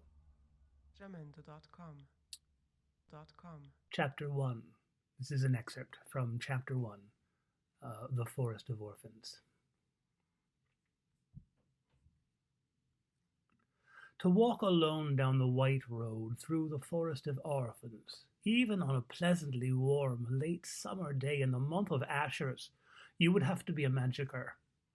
If you weren't, you'd have to be a drunk, a foreigner, a suicide, or some sloppy marriage of the three. This one had the look of a foreigner. She had the olive tones and shaggy black hair mop of a Spanth, with good cheekbones like they have there, a gift from the old empire. And there was no telling her age. Youngish, 30, built small but hard. Those sleepy eyes could well be a killer's, and she was dressed for fighting. She had a round shield on her back, a gorget to save her throat a cutting, and if I didn't miss my guess, she wore light chainmail under her shirt. The blade on her belt was a bit shorter than most, probably a spadine or bull nutter, which would definitely make her a Spanthian. Their knights used to be the best horsemen in the world back when the world had horses. Now they relied on the sword and shield art of old Kesh, known as Kalar Bajat, taught from the age of 8. Spants don't take threats well. I was all but sure if we moved it would be to kill, not intimidate. Would Pogren think it was worth bothering? Money pouches hung on the stranger's belt, but would Pogren order the attack just for that? No, he would be looking at the shield. Now that the maybe Spanth was closer, I could see the rosy blush on the wood rim peeking over the stranger's shoulder, marking the shield as one of springwood. A tree we cut so fast during the Goblin Wars it was damned near extinct. The last groves grew in Espanthia, under the king's watchful eye, where trespassing would get you a noose, and trespassing with a saw would get you boiled. Thing about springwood is, if it's properly cured and cared for, it's known to stay living after it's been cut and heal itself, and as long as it's alive, it's hard to burn. Pogren wanted that shield. As much as I hoped he'd move his cup palm down like he was snuffing a candle, I knew he would jab his thumb forward and the attack would start. 3 scarred brawlers stood beside Pogren, and I heard the other 2 archers shifting near me. One superstitious young squirt of piss named Narfus, though we called him Nervous, kissing the grubby fox pendant carved from deer bone he wore on a cord around his neck. His pale, wall-eyed sister shifted the leaves behind him. I never liked it that we worshipped the same god, they and I. But they were Galts like me, born with the black tongues that mark us all, and Galtish thieves fall in with a lord of foxes. We can't help ourselves. I pulled an arrow with a bodkin point, good for slipping between links of chainmail, and knocked it on the string. We watched our captain. He watched the woman. The ravens screamed. Pogren jabbed the thumb. What happened next happened fast. I pulled and loosed first, feeling the good release of pressure in my fingers and the bite of the bowstring on my inner arm. I also had that warm heart feeling when you know you shot through. If you haven't handled a bow, I can't explain it. I heard the hiss of my fellow's arrows chasing mine, but the target was already moving. She crouched and turned so fast she seemed to disappear behind the shield. Never mind that it wasn't a large shield, she made herself small behind it. 2 arrows hit the springwood and bounced, and where my arrow went I couldn't see. Then there went Pogren and his 3 brawlers. Pogren's big glaive up in the air like an oversized kitchen knife on a stick, Frella's broadsword behind her neck ready to chop. 2 others will just call spear and axe running behind. The Spanth would have to stand to meet their charge, and when she did, I would stick her through the knee. Now things got confusing. I saw motion in the trees across the road. I thought 3 things at once. A raven is breaking from the tree line. The ravens have stopped shouting. That raven is too big. A raven the size of a stag rushed onto the road. I made a little sound in my throat without meaning to. It's an unforgettable thing seeing your first war corvid, especially if it's not on your side. It plucked Spear's foot out from under her, spilling her on her face, then began shredding her back with its hardened beak. I woke myself out of just watching it and thought I should probably knock another arrow, but the corvid was already moving at Axe, whose name was actually Jarrell. I tell you this not because you'll know him long. but because what happened to him was so awful, I feel bad just calling him Axe. Gerald sensed the bird coming up on his flank and stopped his run, wheeling to face it. He didn't have time to do more than raise his axe before the thing speared him with its beak where no man wants beak nor spear. His heavy chainmail hauberk measured to his knees, but those birds punch holes in skulls, so what was left of Gerald's parts under the chainmail didn't bear thinking about. He dropped, too badly hurt even to yell. Frilla yelled, though. I glanced left and saw Pogren bent over, covered in blood, but I think it was Frilla's. She was bleeding enough for both of them, spattering the ground from a vicious underarm cut that looked to run elbow to tit. As the spanth switched directions, I caught a glimpse of her naked sword, which was definitely a spadine, sharp enough to stab, heavy enough to chop. A good sword, maybe the best short sword ever made, and she could use it. She moved like a blur now, stepping past Frilla and booting her broadsword out of reach. Spear, her back in tatters, was just getting up on all fours like a baby about to try walking. Beside me, nervous, cried out, "Away in bait!" Galtish for Deathbird, and dropped his bow and ran, his older sister turning tail with him, leaving me the only archer in the trees. I had no shot at the spanth, who kept her shield raised toward me even as she lopped Spear's hand off below the wrist. Funny what the mind keeps close. I glimpsed the shield closer now and saw its central steel boss was wrought in the shape of a blowing storm cloud's face, like the kind on the edge of a map. Pogren had taken up his dropped glaive and was trying to ward the corvid circling him. It bit at the glaive's head twice, easily avoiding Pogren's jab, not seeming to notice my missed arrow. These things don't move predictably, and at 20 paces an arrow doesn't hit the instant it flies. Now the warbird grabbed the glaive head and wrenched sideways, so Pogren had to turn with it or lose the weapon. Pogren turned at just the instant. The spanth leapt fast and graceful as a panther and cut him deep just above the heel. Our leader dropped and curled up into a moaning ball. The fight on the road was over. Shite. I knocked another arrow as Spanth and Bird looked at me. The bow wasn't going to be enough. I had a fine fighting knife on the front of my belt. In a tavern fight it would turn a geezer inside out, but it was useless against chain. At my back I had a nasty spike of a rondel dagger, good to punch through mail, but against that sword, in that woman's hand, not to mention the fucking bird, it might as well have been a twig. They moved closer. I could outrun the Spanth, but not the bird. I pissed myself a little, I'm not ashamed to tell you. "Archer," she said in that air-tapping Espanthian accent. "Come out and help your friends." Thank you.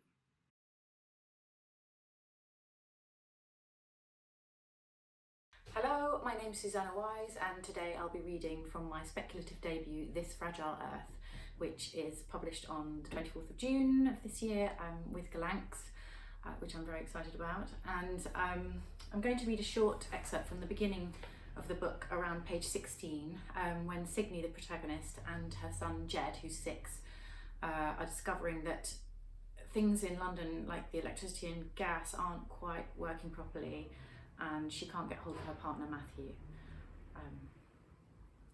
Okay. She chopped cucumber and carrots into little sticks while Jed played upstairs. She'd better call Matthew, tell him about the electricity. She unfolded the G-scope from her bag, swiped her fingerprint, and flicked the screen onto the kitchen wall. "Matthew," she said. Matthew's profile photo appeared, all sunglasses and movie star cheekbones. He was smiling. You could see the gap between his 2 top teeth. There was silence while geckos tried to find a connection. "Hi, this is Matthew. Please leave a message after the tone." "Hey love, it's me," she said into the empty kitchen. "Just wondering where you are. There's no electricity on the whole street. Do you have any, wherever you are? Where are you? Call me." She added, "Please." He'd probably be on his way home in the car, enjoying the silent traffic, singing along to Radio G with the window down. "Track in GPRS, Matthew." Tracking in GPRS, said Geckos. A map appeared on the wall. The little blue dot hovered and pulsed over her location. Sorry, Signe, GPRS is not available at this time. Track in drone cam. At least they were good for something. Sorry, Signe, drone cam is not available at this time. Fine. She'd call the electricity board and find out when the power would restart. The battery life on her G-scope read 55%. What if she used it all up, waiting on hold? Electricine, North London, she instructed. She was patched through surprisingly quickly. A photograph of wind turbines popped up, morphing into the interior of a bee silo. Thousands of farmed bees, busy making honey out of sugar syrup. Tinny Muzak played. It was algorithm composed, she could tell. The computers always left unnatural gaps between the end of one phrase and the beginning of the next. How noisy would it be to stand inside a bee silo? Like an extreme version of tinnitus, but deeper, louder, thrilling. An automated message. We are sorry, electricity and gas services are currently out of order, but will be restored as soon as possible. We apologise for any inconvenience. Your custom is important to us. Well, she said. I'm sorry, Signe. I don't understand what you would like me to do, said Geckos. Repeat your command.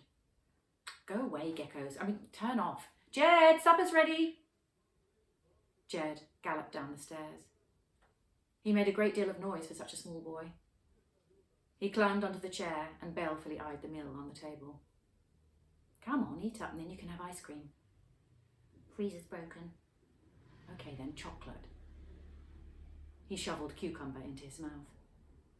She poured a glass of water from the tap and gave it to him. This tastes weird, he said. Don't be silly, it's absolutely fine. She took a sip. Ugh. It did taste strange. Sort of metallic, warm. The internal filter must be on the blink. Well, I'm sure it's all right, just drink it. The boiler wailed from the back room. She went to inspect it. The pressure dial had dropped to 0. Hydrogen was far more combustible than the old carbon boiler, surely. What was it that engineer had said? The one whose breath smelt of too much time spent in a van.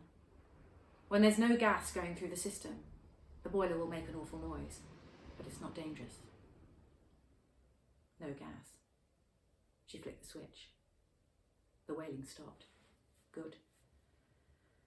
Someone in the street was leaning on their horn. She marched down the hall, passing the painting of an old man, sketched in charcoal by one of Matthew's many relatives. It was hanging askew. Matthew liked symmetry. She had a peculiar fondness for objects on the diagonal. Pictures, rugs, ornaments.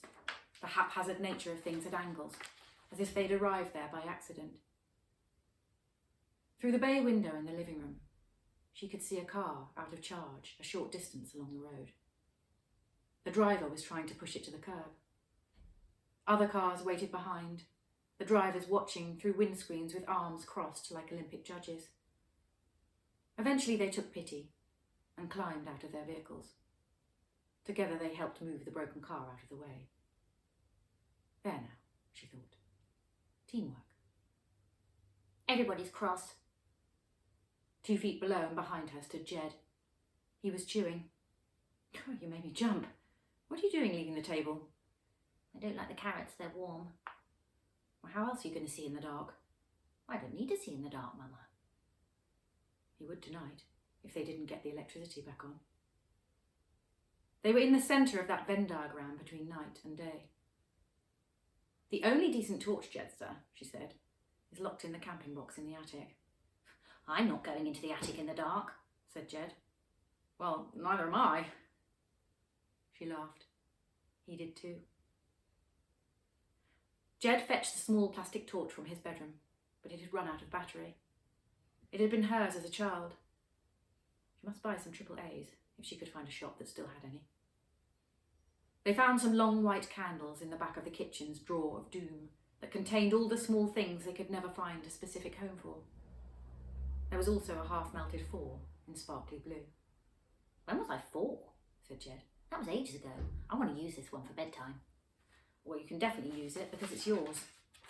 He punched the air. She quite liked being without light to begin with. Then later on, she didn't. The noises of the house, the feeling they were being watched from corners where the flame from the single lit candle couldn't reach. No, silly. The whole area was in blackout. She and Jed played dinosaur top trumps until it was too dark to see. She extinguished the candle and ushered him upstairs for a bath. The water spluttered and coughed from the tap. It ran for a minute. She dipped her hand in. Freezing cold. Oh, I forgot, the boiler's broken. No bath for you tonight. Yes, let's light my candle. She pulled out some matches and lit the four. The bathroom filled with shadows. Jed made animal shapes with his hands against the wall. She tried calling Matthew again. Nothing. Perhaps his car had run out of power, like the car on the street. She wondered if public transport was working. She tucked Jed into bed and read him a story in the flickering light. When the candle was out, the room was darker than it had ever been. Oh, spooky. When's Daddy going to be home? I don't know, enough soon. It was spooky. She didn't like it. Love you, Mama. Love you too, my darling. Sleep well and sweet dreams. I wish the hall light was on. Can you switch the bunny on with the battery? She'd forgotten about the plastic bunny. She hunted on hands and knees until she found it at the bottom of his toy basket. She placed it carefully on the bedside table, where its weak pink glow brought relief to both of them. Phew, said Jed. Like every other thing in the house, the batteries were old. Will the electricity be normal tomorrow? Of course, don't worry. She felt her way carefully down the stairs. The halogen streetlights were off. Two foxes hollered to each other in the back garden. The house was pitch black. When she looked behind herself, she couldn't see a thing. She had never experienced darkness like it, apart from weekends at the cottage in Worston, though the sky there was illuminated by stars, the moon. This city darkness had a heavy, crackled quality, like black foil. She searched with her hands for the other candles in the drawer. There were 6 in all, white, greasy, bought in expectation of dinner parties that never happened. She lined them up on the kitchen table and relit the extinguished one with a shaking hand. She hadn't had anything to eat since a sticky supermarket rice ball at lunch. She went over to the mantelpiece to examine her wrinkles in the mirror. Too dark. The gecko's assist sat in its corner. On, she said. Stupid thing. She'd never liked it anyway. Thank you very much for listening today. If you enjoyed that extract, my book is available for pre-order now on Amazon, Waterstones, bookshop.org and all good bookshops. Bye.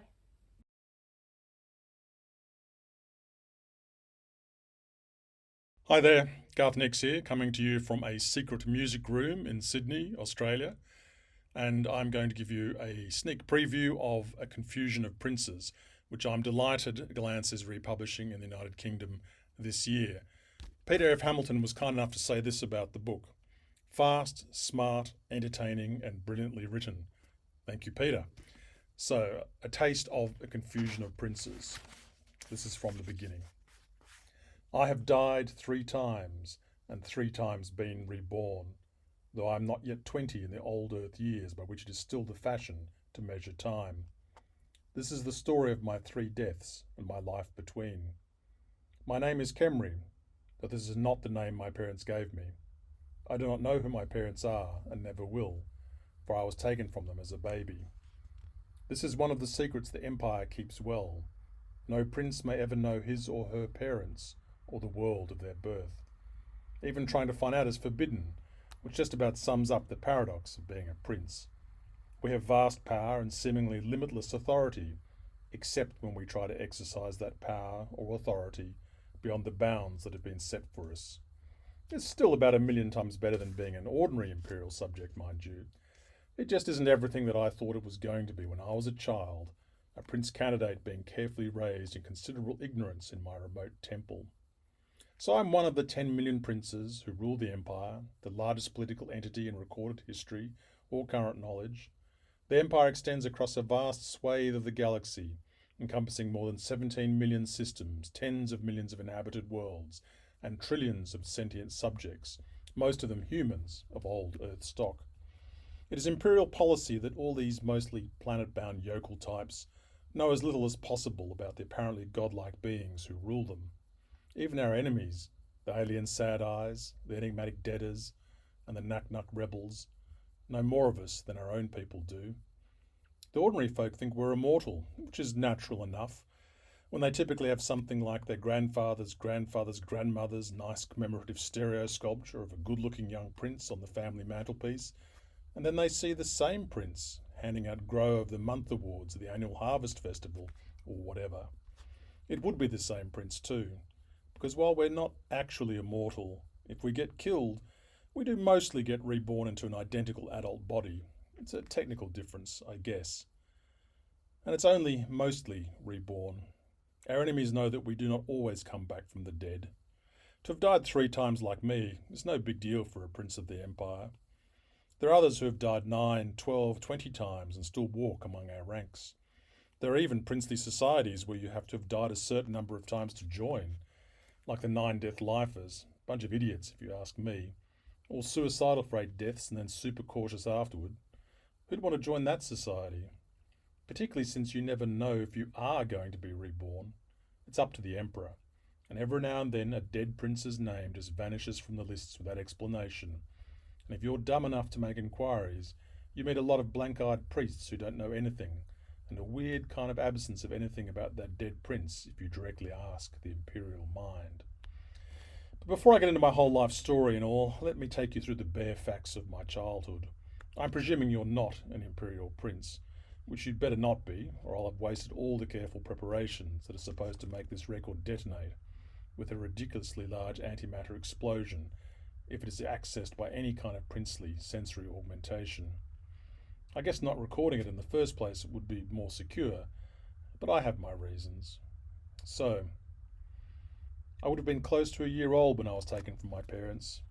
Though I have no recollection of my early life, it is likely that I was born on a typical imperial world of the outer quadrants, a planet once marginal for human life, but long since remade by the trinity of imperial technology, the machines of mech-tech, the biological agents and life forms of biotech, and the wide-ranging and powerful mental forces of psi-tech. This is important because if there's anything that makes the empire what it has become, it is these 3 techs. Sure, the Sad Eyes have better psi-tech, but then we kick their parasitical little guts in with mech-tech and biotech. The Nak-Nuks have taken biotech further than we have, so we do them in with psi-tech and mech-tech. The Deaders, it's a bit hard to know exactly what their primary tech is, since they always blow themselves up when they're beaten, but certainly the trinity of techs works against them as well. All imperial tech is managed and controlled by priests, who are divided into orders that worship different aspects of the emperor. They serve princes in all technical roles, but it's worth remembering that they also get orders directly from the imperial mind. Princes forget that sometimes, usually to their cost. Okay, where was I? Getting taken from my parents. Here we go. And you need to read the book to hear the rest of the story. Take care, all of you. Bye.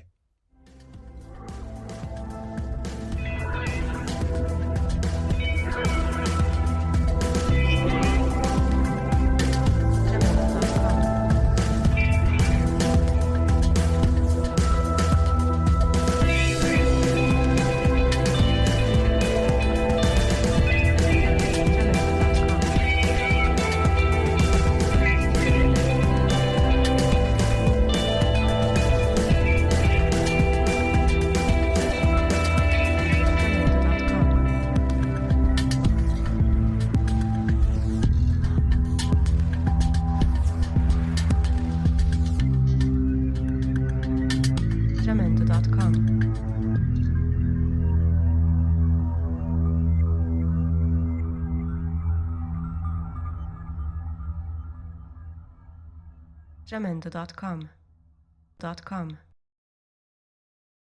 Hello, and welcome to GollanczFest at Home. This is our interview with Christopher Buehlman, horror novelist extraordinaire, comedian, and screenwriter, who has turned his hand to the fantasy genre. His debut novel is The Black Tongue Thief, and we're releasing it in May this year. Proofs are available on NetGalley now, request away. And already we have the most amazing reviews for authors including Brent Weeks, Robin Hobb, Glenn Cook, Anna Smith-Spark, and Nicholas Eames. So, Christopher, welcome to the Gollancz List. It's brilliant to have you here in this interview today. And can you tell us a little bit about The Black Tongue Thief? Absolutely. Yeah. Thanks, Gillian. Thanks for having me. The Black Tongue Thief is set in what I refer to as a dystopian medieval fantasy setting. It concerns a young fellow named Kinch, who is a thief, and he is greatly financially compromised and in debt to his Takers Guild, his Thieves Guild. And they run a racket that will be familiar to many students in the United States. They get you firmly in debt, teaching you these things, and then they send you out with very little hope of actually paying them back. But in this case, they then come back at you and they do horrible things like put a tattoo on your hand that encourages people to slap you in taverns for a free drink to remind you to pay them. Or they will give you a deed indenture and send you out on the road to do some horrible thing. And that is where we encounter Kinch. He has been given a deed indenture to follow an extremely dangerous woman named Galva, whom he unwisely tried to rob. It is some of my favorite elements of the book do take place in pubs. And the notion that if you go into a pub with one of these tattoos, you just get slapped by anyone it adds a little bit of danger to just going for a pint. Yeah, and there's a great deal of ritual involved too. There's a whole protocol to it that everybody who goes into these taverns sort of knows. You know, you can't. The debtor can't speak back to you. You only get one. Happily for the thief, only one person can claim it per night. So you got to ask the bartender, has somebody claimed the guild gift? And when they haven't, slap away, get your free drink. But then it's over unless the poor fellow goes to another bar. Oh yeah, absolutely. Another bar, and you could be lined up all over again. Yeah, it kind of kills the pub crawl idea for somebody in debt to the guild. Absolutely. So many authors who have already reviewed and read the book and given brilliant blurbs have described The Black Tongue Thief as action-packed. And one of the common observations is that the tone is really heartfelt, but also mischievous. Is that something that you set out to achieve? Yeah, it is. I knew that I was, the first time I sat down to write the book, I usually start with an important scene. Often the first scene of the book. This was true of my novel Between Two Fires, where I wanted to just explore what happened when a group of brigands in a barn encountered a young girl who wanted her father, who just died of the plague, buried.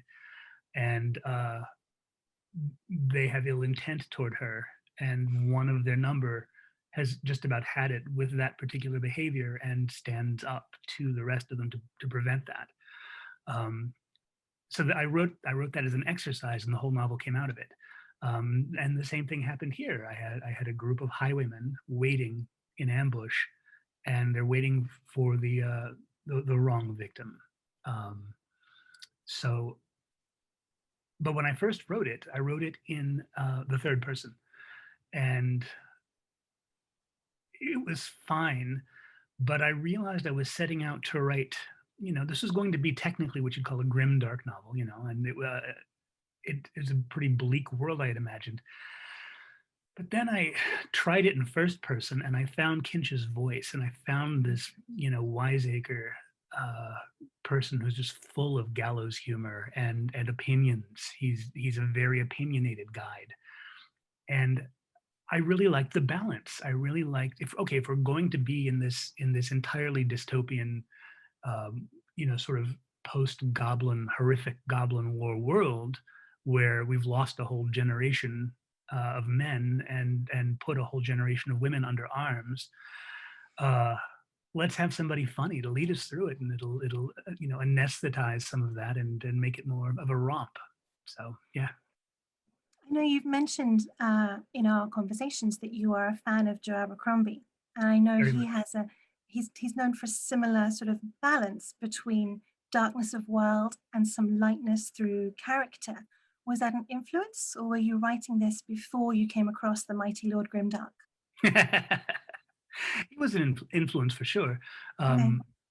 Him and Martin are people I've enjoyed. I mean, I had read Mr. Abercrombie probably only a couple of years before I sat down to write this, but when you find your favorite flavor, you know it, and I like my fantasy smart, funny, and gritty.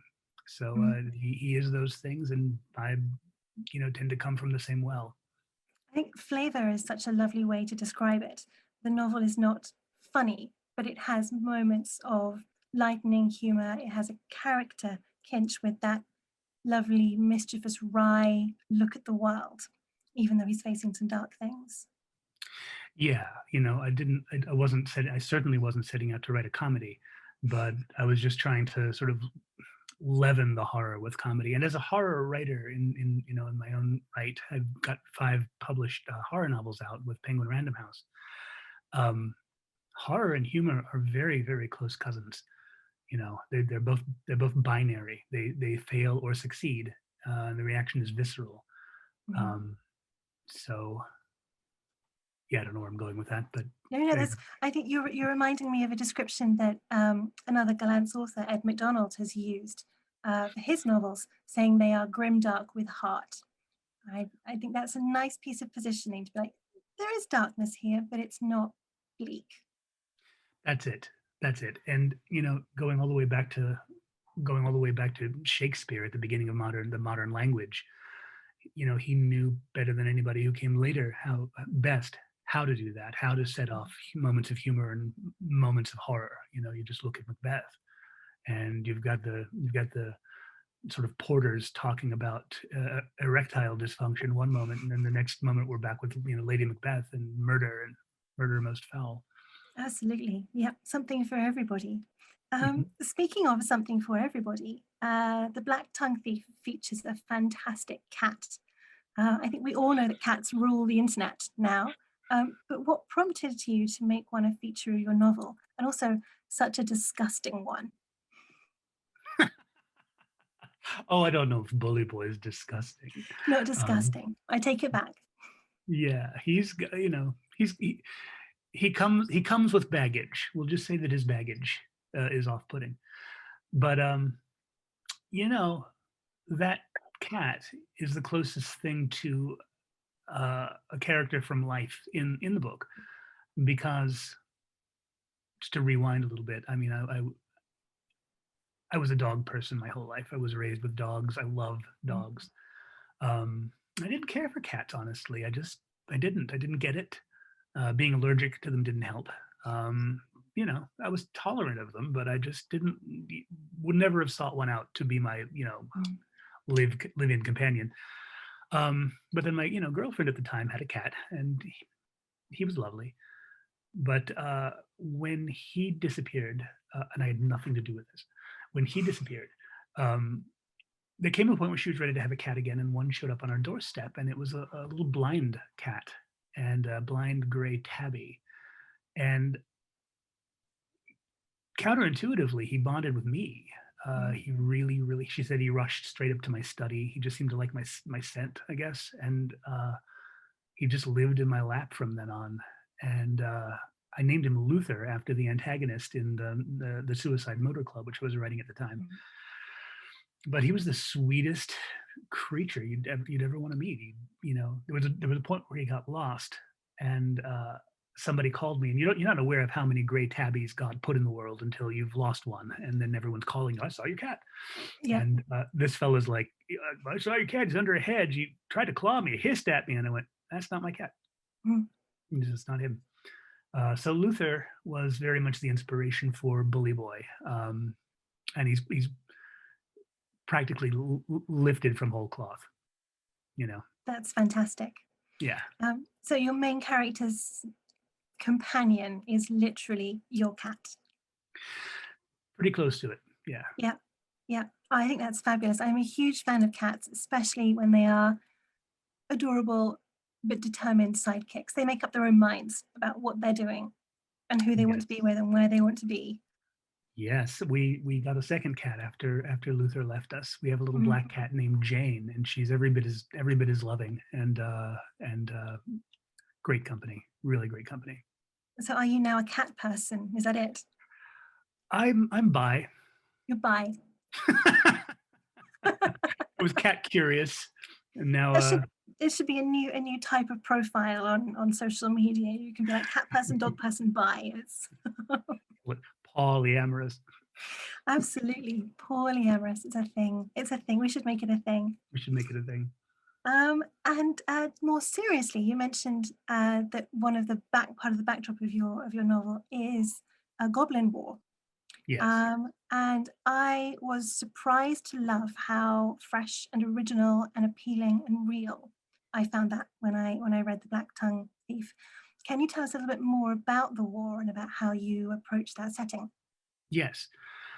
I wanted to make this fantasy world very different from any I've read before. And one of the ways I did that was through lack. In this world, as you'll remember, the goblins brewed up plagues with which they afflicted mankind. And one of them was called the Stumbles, and it was an equine plague. And it decimated the horses in this world. So this is a fantasy world without horses throughout, you know. Also, I didn't want these goblins to be things we'd seen before. I wanted to approach them less like one of a series of different species you might meet if you just happened into the wrong tunnel or whatever. I wanted these things to be an actual species competing with mankind and competing for keeps. So the war between men and goblins isn't cultural. It's a fight to the death between two species. And the Goblin Wars would be on a scale that would reflect that. I also, as I got into it, I began to discover that it was interesting, very interesting to me, to look at the social ramifications of these events.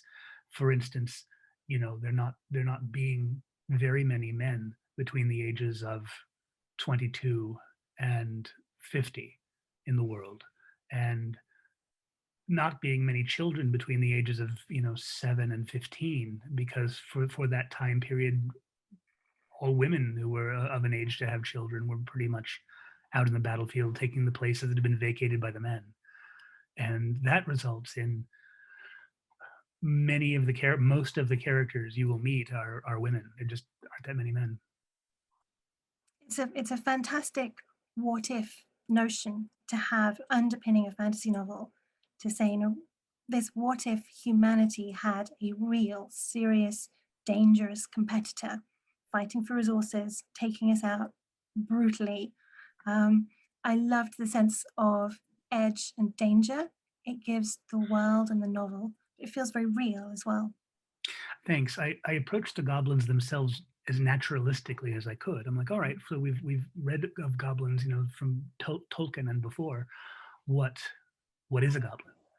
And I decided it was something whose origin wouldn't be known necessarily. Like in this world, there was a catastrophe called the Knock, which was probably something seismic, a lot of drowned cities kind of thing. But there is a thought that maybe some kind of rift was opened in the world that let these things out, and that they stayed hidden and underground until they were of sufficient numbers to begin to challenge us above ground. I thought, okay, so what's a goblin look like? I got into the idea of asymmetry. I love the idea that one arm is longer than the other one. One arm has a hook that they will sink into you. They're about 3.5 feet tall. This was interesting to me, they have sharp teeth like a piranha or some other sort of river fish, right?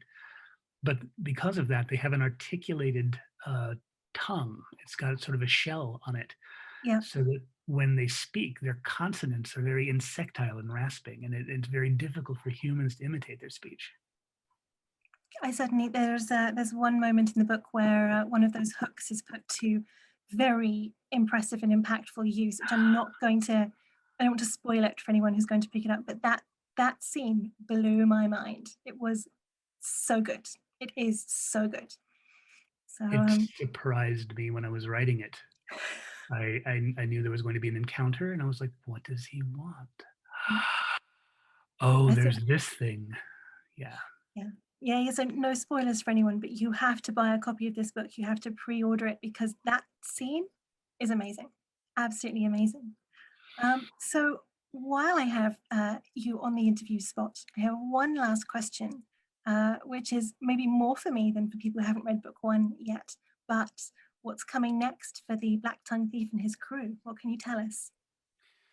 Well, I don't want to tell too much about where we're left off and who is there. That's always spoilery in and of itself, but I will say that we are going to take the camera of the book across the mountains that define the limits of the world that as we have understood it so far, and see what is on the other side. There will be giants. We've gotten a taste of them already, but there will be more and more types. And also, because we're going to be crossing some Himalaya-like mountains, there will be periods of shut in. There will be intimate scenes in which I think it will be story time. So I think we're going to get a further look into firsthand accounts of the Goblin War, particularly the Battle of Goldhay and the King's Doom. I think we're going to see what actually happened there. And I think we're going to learn a little bit more about Kinch's training as a thief. Wow. Okay. Fantastic stuff.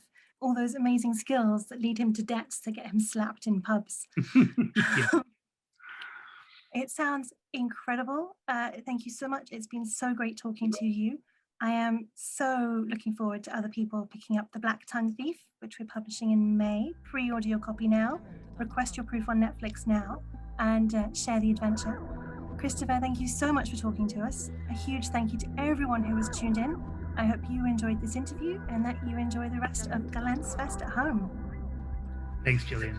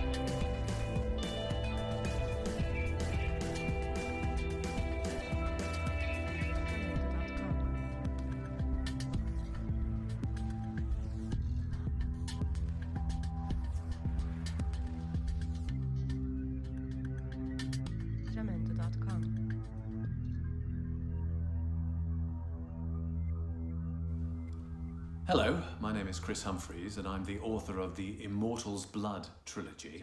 I'm going to read to you from Book 2, which is called The Coming of the Dark.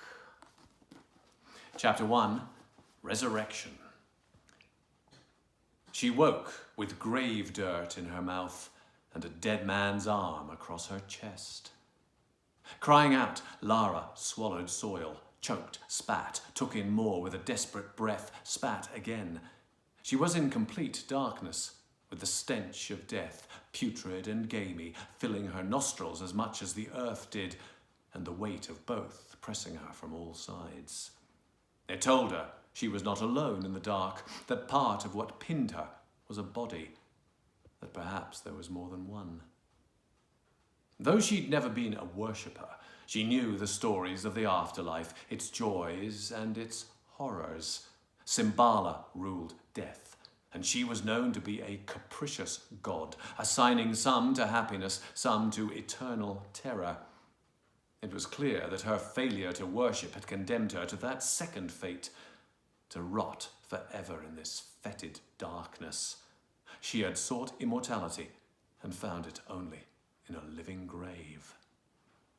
Lara wept. She screamed, but her tears and cries were swallowed in mud. She began to move all her limbs at once, arms and legs shifting the earth that encased her, fingers and toes clawing it aside. But any gap she made, where breath came easier for a moment, was soon filled, and earth closed round her again. The other bodies, too, she was sure of that now, came and went, as if drowning in a sea beside her, seeking to pull her down with them, ever deeper into the fathomless dark. Movement did nothing, changed nothing. Screams went unheard, prayers unanswered. Gradually she stilled, until her only movement was the sobbing and tears and snot that would not cease, and the breaths she somehow managed to take to stay alive. Alive. It was the thought word that stopped her. Why was eternal death her only option? What if there was something else? She realized that there already was, because the bodies beside her, her grave companions, were just that, bodies, only moving when her movements made them. They did not claw, scream, weep as she did. She explored them with one hand. One was a man, one a woman. The man had an irregular face. It took her a while to remember the youth who'd stood beside her at Simbala's altar with half his face eaten away by disease. This was him beside her. The woman, then, had to be the old one who'd sought immortality to stay with her younger lover. So there were differences in this pit between the sentient and the senseless dead. And in difference, surely, Lara thought, there must be choice. She forced a hand up to her mouth, began to slowly push the earth aside. It was crumbly, but she was able to form it when she spat on it, moulding a tiny cave for herself where breath came a little easier. With breath came, not rest. The panic and terror were there, a collapse of earth away, but at least the ability to think for more than a few seconds at a time, to wonder, what if I am not dead? And whoever buried me thought that I was. She thought back. The last thing she remembered before waking here was the dagger slash that took her life. Back in that cave in Corinthium, where Corellia had brought her for the ritual of the suicide cult of Simbala, she had offered her throat to the woman behind the mask, who she had thought was her friend, but had been replaced by her enemy, by Roxana, the immortal. She did not understand how Roxana had transformed into Corellia in the ceremony. She did understand why she'd done it. For Roxana was her rival for the love of a man, her man, Ferosh. And now she believes that she has succeeded, Lara thought. Fury seized her, cold as any grave. With fury came clarity, and then the realization that she did now have a choice. Accept this fate, this living death, or choose another. She was buried. She could not know how deep in the ground. She could only know that somewhere above her was a surface, and while she had even this little breath, she could climb up to that. The first task was to discover which way was up. Thank you.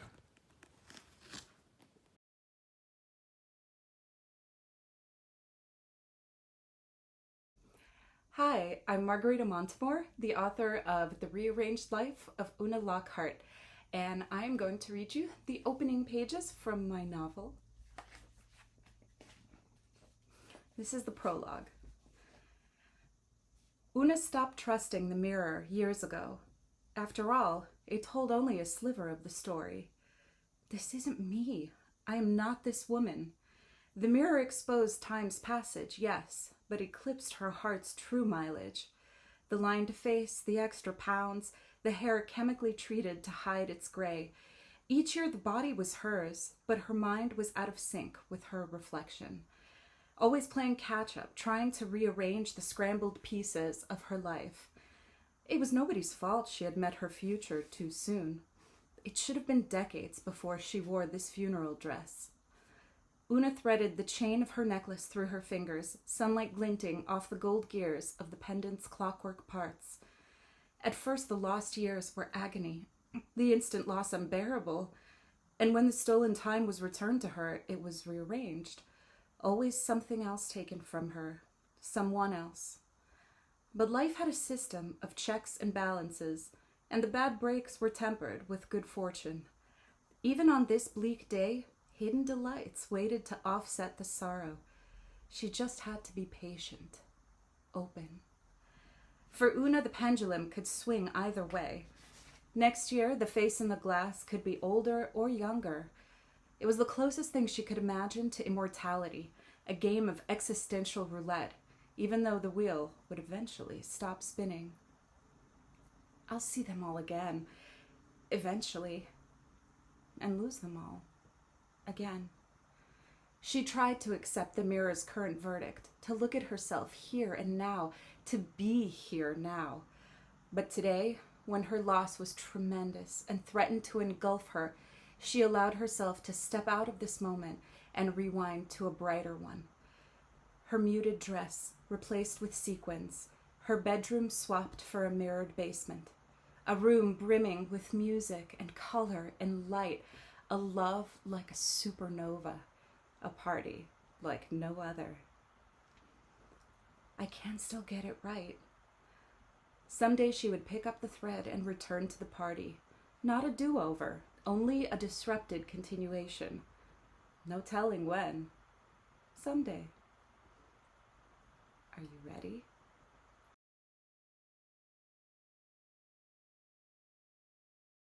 Hello GollanczFest, my name is Adam Simcox. I'm the debut author of a book called The Dying Squad, which is out on July the 22nd. Here you can see the proof of the proof. And it's about a spectral police force that solves crimes that their flesh and blood police can't.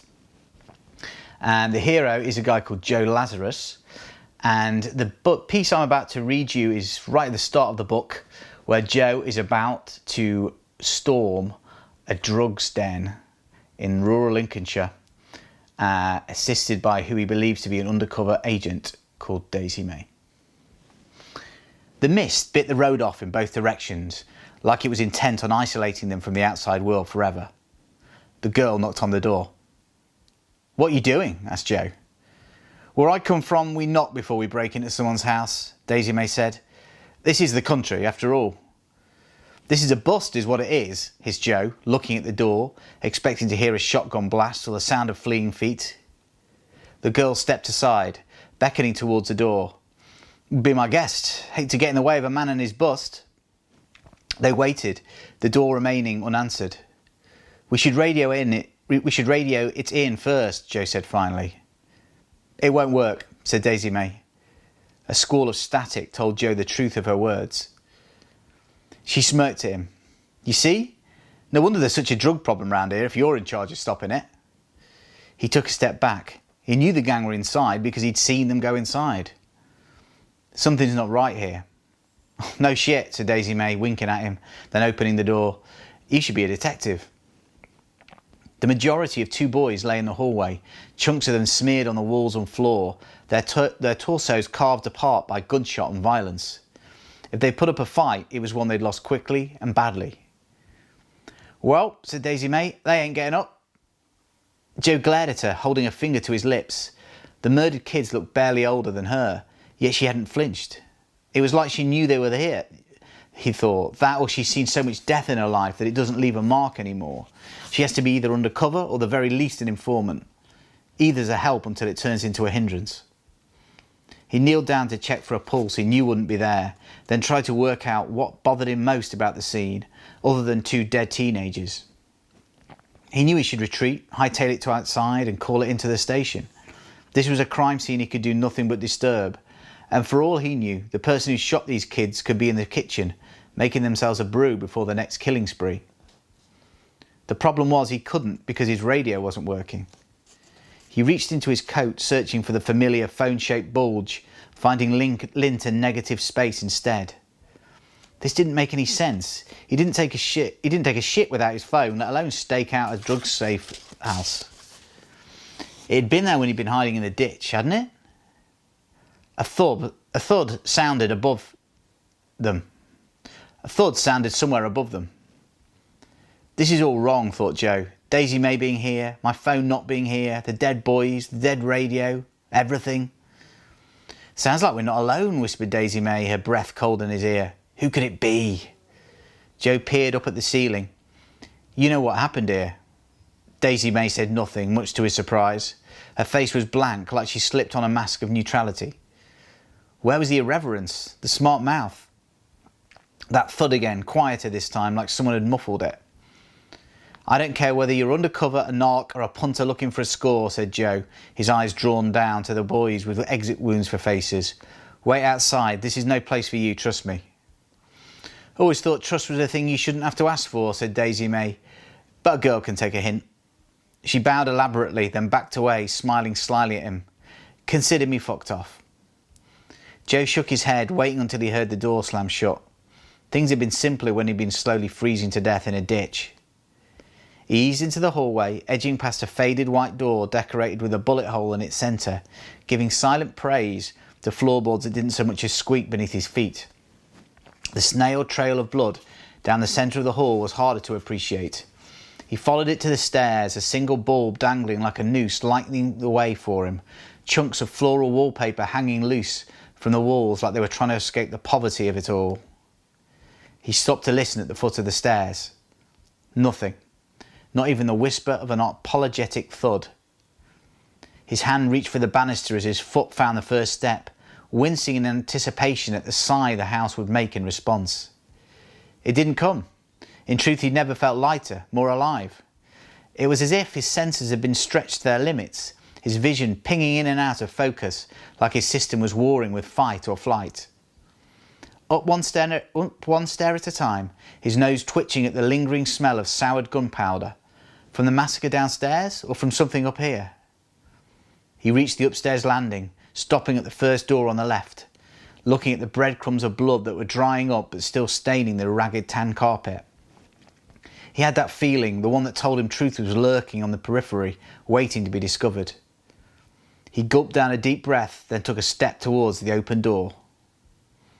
Joe staggered slightly, grasping the door frame like a life belt. This was a trick. It had to be. His eyes disagreed. The pin-sharp vision he was now enjoying laid out that truth in blood-red technicolor. He scrunched them shut, the image he'd just seen lingering regardless. This is straight up fucked, said Daisy May from behind him. Don't think I don't get that. Joe stood there, eyes closed, the blackness in front of them marred with dance trails of red. Open your eyes, said Daisy May. No, said Joe. Now, she insisted, with a firmness and gravity that belied her years. He did. The scene lay in front of him unchanged. A man in his 40s, on the floor, on his back, legs stretched out, bent slightly at the knees, his arms wide like he was trying to fly. A shirt, once as crisp as white as his own, now red, flapping at the bottom. A hole in his stomach, gouged out with a cocktail of gunpowder and fire. His face turned towards them, the mouth slightly open, like No was trying to escape. Joe grasped Daisy May's arm. What is this? She patted his hand consolingly. Could say, not what it looks like, but it really fucking is. Joe stared at the man on the floor, the one who wore the same clothes as him, the same skin as him, the same face as him. So yeah, said Daisy May, you're dead, mate.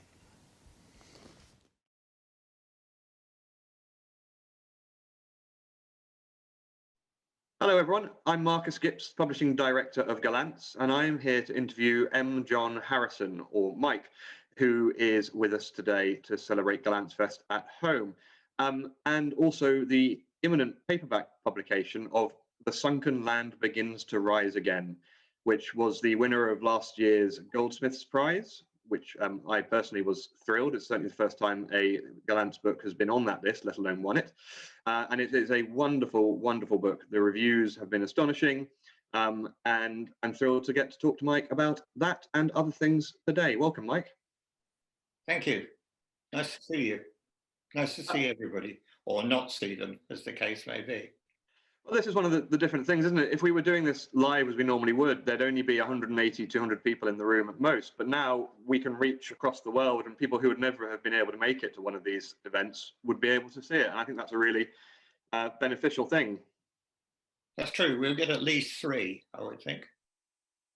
How did it feel when Sunken Land Begins to Rise Again was first shortlisted for and then won the Goldsmiths Prize? Complex. I'm still trying to analyse all the all the feelings that accompanied that. To begin with, I was delighted by the shortlist, and obviously never expected to get any further than that. But at the same time, thought it was possibly, you know, the biggest tick I'd ever received in my career. When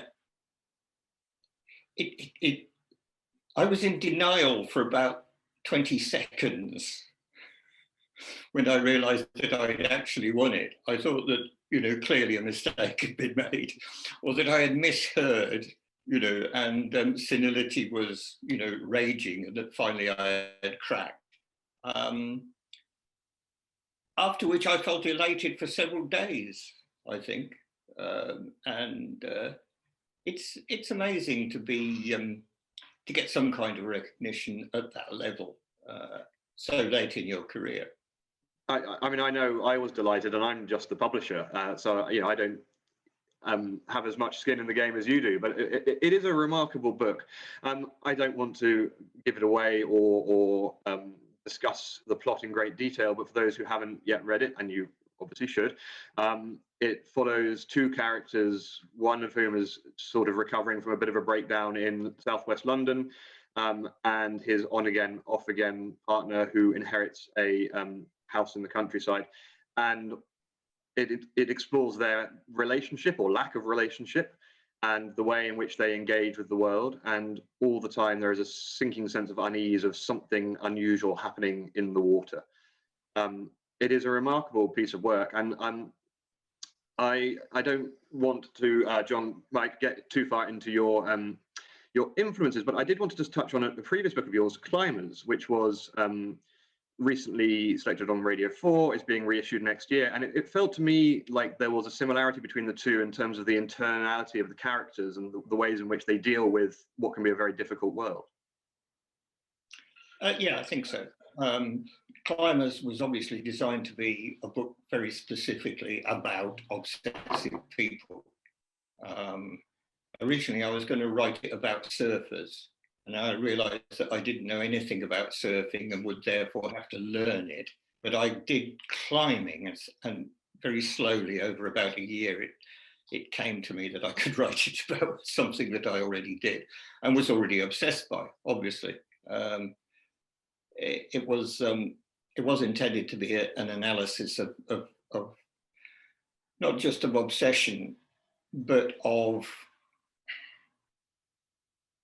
the difficulties that an individual has with the obsession is a solution in a sense to life, but it comes with its own difficulties, and that's what Climbers was about. This The Sunken Land is observes more from the outside and says these people are obsessed with themselves. What obsesses these 2 people is themselves, to the extent that they fail to notice an invasion of fish people in Great Britain. And you have to be fairly self-obsessed for that to happen. Indeed.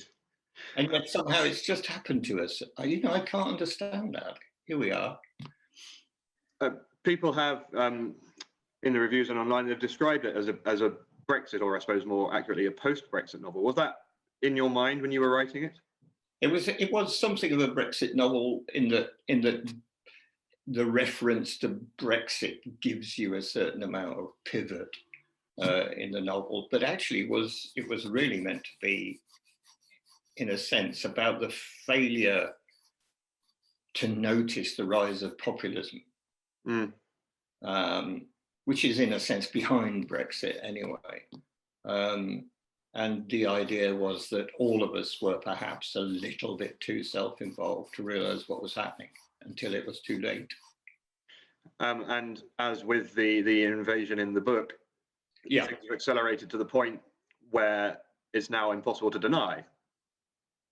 Yeah, it's unless you're a character in an M. John Harrison novel, in which case you carry on sweetly not noticing.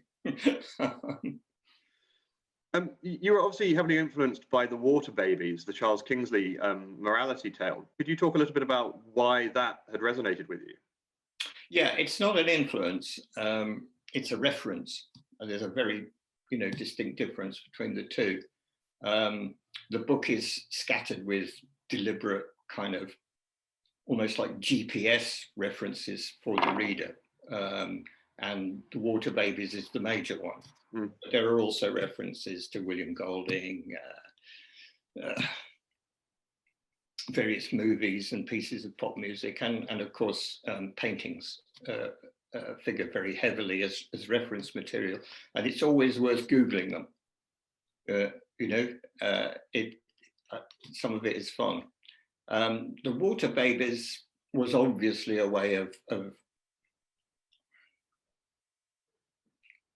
what fascinated me was the idea that suddenly came to me that I could show it as a kind of Bible for a cult without explaining to the reader why it was a Bible or what it was they actually believed. And I thought, well, this will not only amuse, but it will also act as an indicator of explanatory failure in the book. The whole idea is that these people do not know what's happening. And normally when you write a book like that, you show the reader what's happening and you put the reader in a privileged position. My idea was to say, well, okay, they don't know what's happening. The way we will show that is that we won't show the reader what's happening either. The fact is, there are all these pieces of information. If you put them together in the right way, it's possible you might find some evidence that something was happening here. But in the end, you go back to the Bob Dylan quote, something is happening here, but you don't know what it is, do you, Mr. Jones? And I think solidifying or explaining it in detail would have robbed the book of a lot of its power. I think all of it.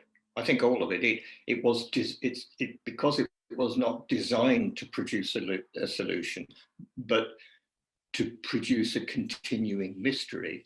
Then, if you'd solved it, everything would have been out of the window. It would have failed as a book. It required a certain amount of courage and persistence to keep not explaining.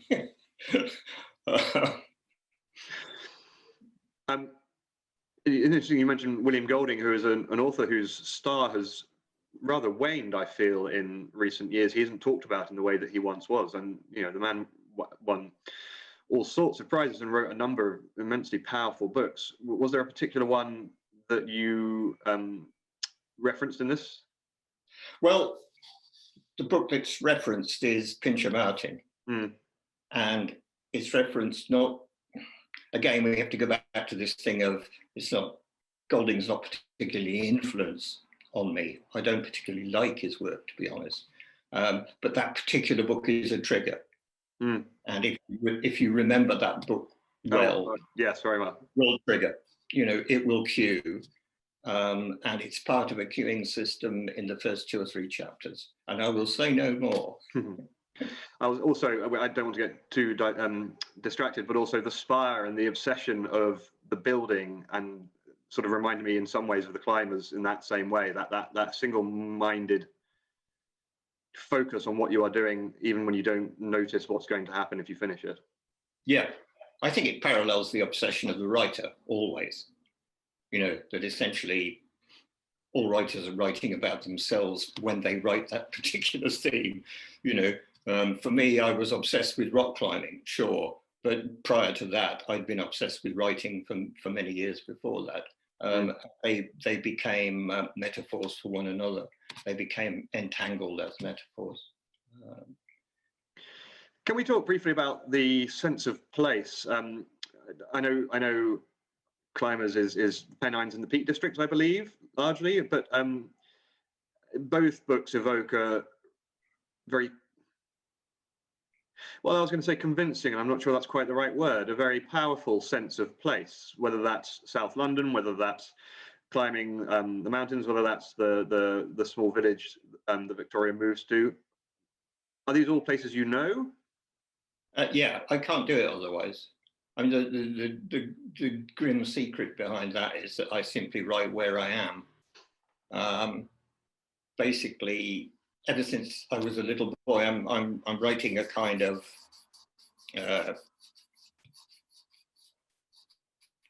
fictionalized non-fiction.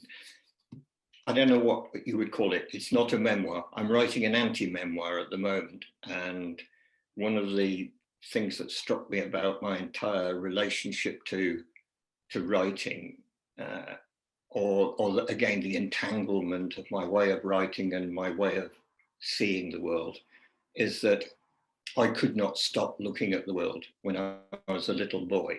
My earliest memories are of staring at things. They aren't of conversations or engagements between people. They are memories not even of myself staring, but of the objects that I was staring at. And I don't think I've ever moved away from that relation. The world still fascinates me, even at 75 years old. I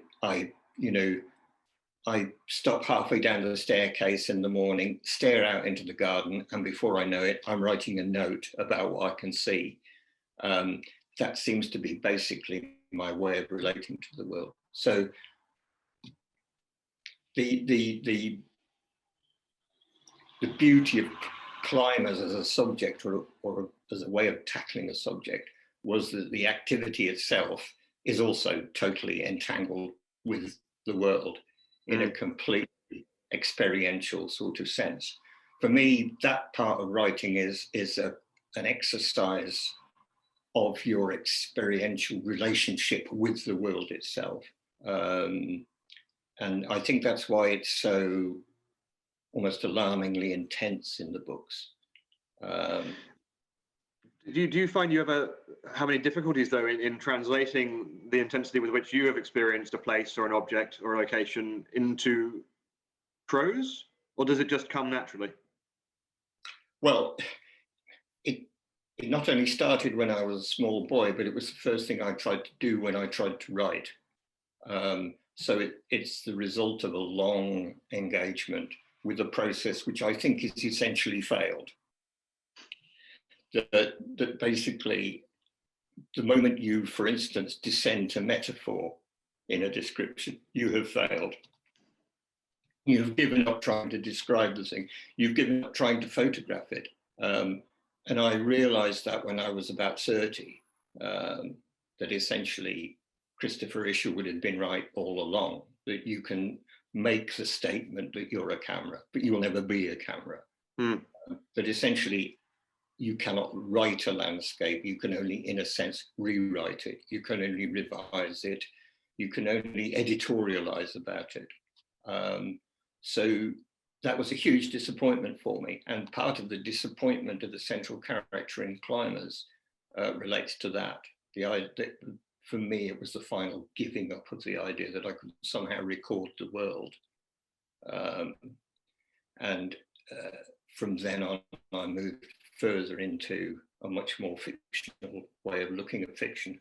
So, but behind The Sunken Land still lies that attempt to do it. I still try to do it. It's still this insoluble problem that I have about the world on one hand and words on the other hand. I mean, I am not a visual reader. I mean, I know many people are, but I don't get pictures in my head like a little film when I read a book. But there are images from both books that stay with me, and it's been 15 years since I read Climbers. A lot fewer, of course, since I read Sunken Land, but it works. We should think about wrapping up. I just wanted to ask if you're reading anything interesting at the moment, if you've got any recent recommendations, anything that you'd like to talk about, or... Yeah, I have. I just finished last night Joan Didion's new collection. Not new, obviously. Oh, they're reprints. They're reprint essays. Let me tell you what I mean, which has at least 3 essays in it which are right up to standard. You know, it's a bit of a rag bag, but there are 2 or 3 essays in there, and you think, yes, this is the real thing. I just finished the 3rd of the Elena Ferrante's, the Neapolitan quartet. Not because I'm late to this, but because I have been metering them out very slowly to myself, because I knew, being an adult, that once I finished, there would be no more to read. So that's it. I have 1 volume left now. I think it's the most astonishing sort of middle-class soap opera that I've ever read. It's totally brilliant. It's unputdownable in that kind of soap opera sense. I still have a Russell Hoban I've never read because I knew it would be the last one. Yeah. I'm glad to meet somebody who saves books up. My partner is always saying to me, "Oh yeah, saving it up for later," in that ironic way she has. And then I'm about to reread for the first time in years Iris Murdoch's first novel, Under the Net. I often reread her second novel because I find it completely astonishing. That's the Flight from the Enchanter, which puzzled me, I don't know, in 1964 or whenever it was I first read it. And ever since I've gone back to it, I don't know, once every 2 or 3 years in the hope that I've in some way grown up enough to resolve the problem of the Flight from the Enchanter. I don't know if you find that, but I find that with a lot of books that are central to my idea of what reading is about or what books should be about. It's often because they're a long-running challenge to your actual understanding. I do, and I find sometimes almost, well, it's not the opposite, but same in a different way. I reread a book that at the age of 15 or 20 I thought I had got instantly, and I read it again and I go, oh, actually no, I didn't, did I? I see it. I assume that when I'm 60 and read it again, I'll go, my poor callow 44-year-old youth never got this. Now I understand it. Yeah, that's what will happen. Let me tell you, that is exactly what will happen. Thank you very much for speaking to us, Mike, and joining us for GollanczFest at home. M. John Harrison's The Sunken Land Begins to Rise Again is out in paperback in April, is available now in hardback, ebook, and audio. And Climbers will be reissued in, I believe, May 2022. Thank you very much for joining us, Mike. Thanks a lot. Thank you. Thanks, Marcus. Great, and we'll cut it there. Thanks, Mike. That was really interesting. Brilliant. That was great. Yeah, that was good. It's nice to not talk about science fiction for a change. Well, I took your note to heart. I was sorry to bring up Climbers, but I thought with the reissue coming, it seemed, and there are parallels between the two. Oh yeah, absolutely. I mean, I think they come out of this. This is a reconnection to that strand that I began in the late 70s of short stories, which led to Climbers and In Course of the Heart and then Signs of Life, which I put aside for a while, but now I feel as if I've picked it up again,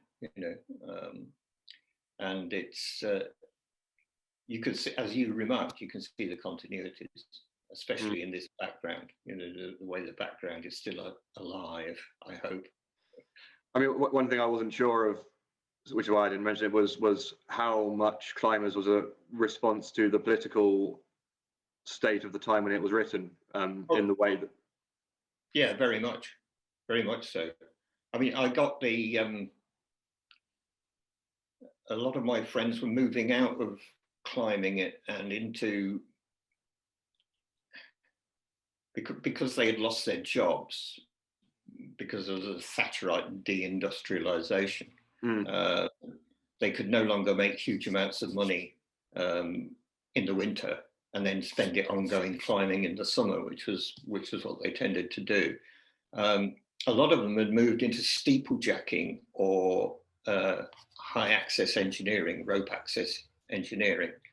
And I was going to write a book about it because I spent so much time with them taking notes, and especially being on the buildings or the chimneys or whatever it was they were doing with them, so I could actually understand what it was about. And I remember I got most of the notes and about half the actual book for Climbers. And a friend of mine said, "Come to Sheffield. I've got a fantastic 80-foot little chimney, only 80 feet, a little metal chimney. I don't think you've ever seen a metal chimney before, Mike. And this one is pretty corroded. We're going to be taking that down quite soon. So come along on Sunday." I came along. He was so hungover he could hardly stand up, and he climbed this chimney. He didn't bother to put bolts in it or a ladder or anything like that. He climbed the bolts that held the metal plates together. And I watched him do this, and I thought, I would kill to be as hungover as this man is, and yet still to be able to climb so beautifully, you know. And but he brought me up to the top, and from there we looked out onto a rail yard, which had gone through a steelworks. Only they had taken the steelworks down. It was just rubble and metal.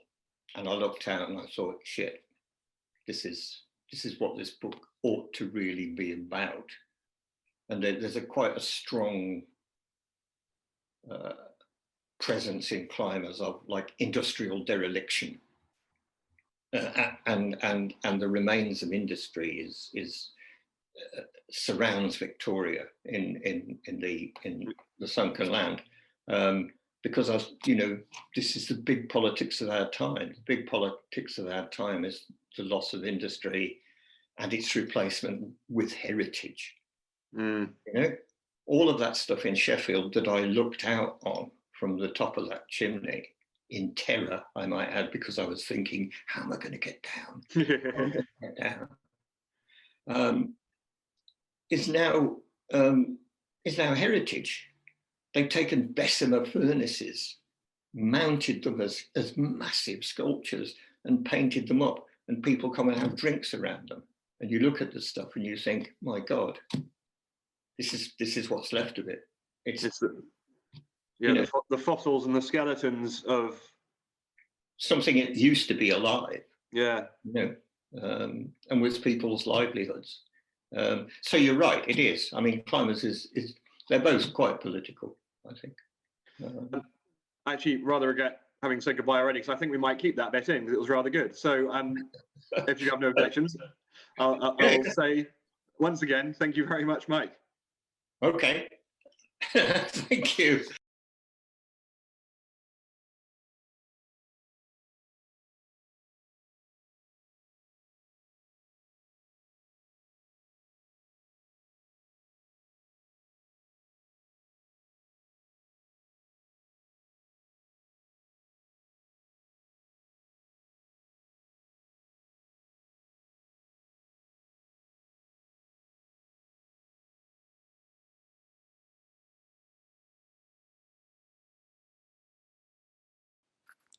Hi, I'm Mike Shackle. I'm the author of We Are the Dead. It's a heartwarming tale about a coward, a teenage terrorist, a crippled general, and a single mother, all just trying to survive in a land that's been invaded and occupied by their ancient enemy from the north, the Agril. Now white armoured soldiers patrol the streets wearing skull masks, making sure that there's no sign of resistance or rebellion from the local inhabitants. The extract I'm going to read to you today features the coward, a young woman called Tinstra. She's the daughter of a famous general, but she's not inherited any of her father's bravery. As we join her, she's just trying to get home before curfew, trying to get safe behind her doors once more. Somewhere a bell chimed, telling her curfew was close and she still had too far to go. Fear fluttered in her stomach, and she picked up her pace, eager to be behind her door once more. Not that it made any real difference since the Grill had invaded the country. The Skulls could come and kick her door down any time. They didn't need a reason. She looked up and saw gaunt faces with frightened eyes all around her.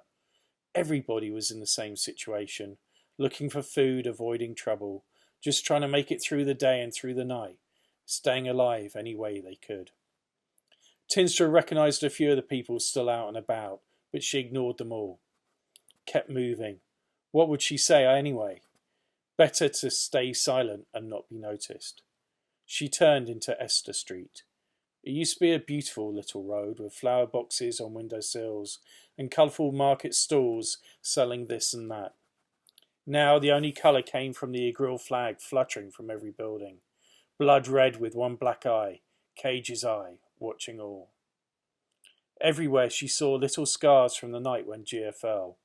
A ruin that was once a home, a smashed window never repaired, scarlet-stained cobbles that no amount of rain could clean. A cold wind chased after her, nipping at her flesh through her threadbare clothes. Snowflakes drifted past, as if they needed anything else to make matters worse. At least keeping warm wouldn't be a problem. She had plenty to burn. Who needed chairs when the only other choice was to freeze to death? Survival was all that mattered. There was a movement in the crowd ahead of her, and Tinstra caught a glimpse of black. She stopped. A man was standing in the middle of the road, watching a house at the end of the street. People swerved away from him, giving Tinstra a clear view. Fear rippled through her, stealing the breath from her throat. Her legs nearly gave way. Somehow, she staggered to a shop doorway, unable to take her eyes off the man. He wore the black uniform of the Emperor's Chosen, the elite of the Grill military. He had no need of armour. The baton hanging from a loop at his belt and the little silver skulls glinting on his collar were all the power he needed. Even though a black mask covered his eyes and his white hair was cropped short, Tinstra could tell he was young, maybe not that much older than her. But that didn't make any difference.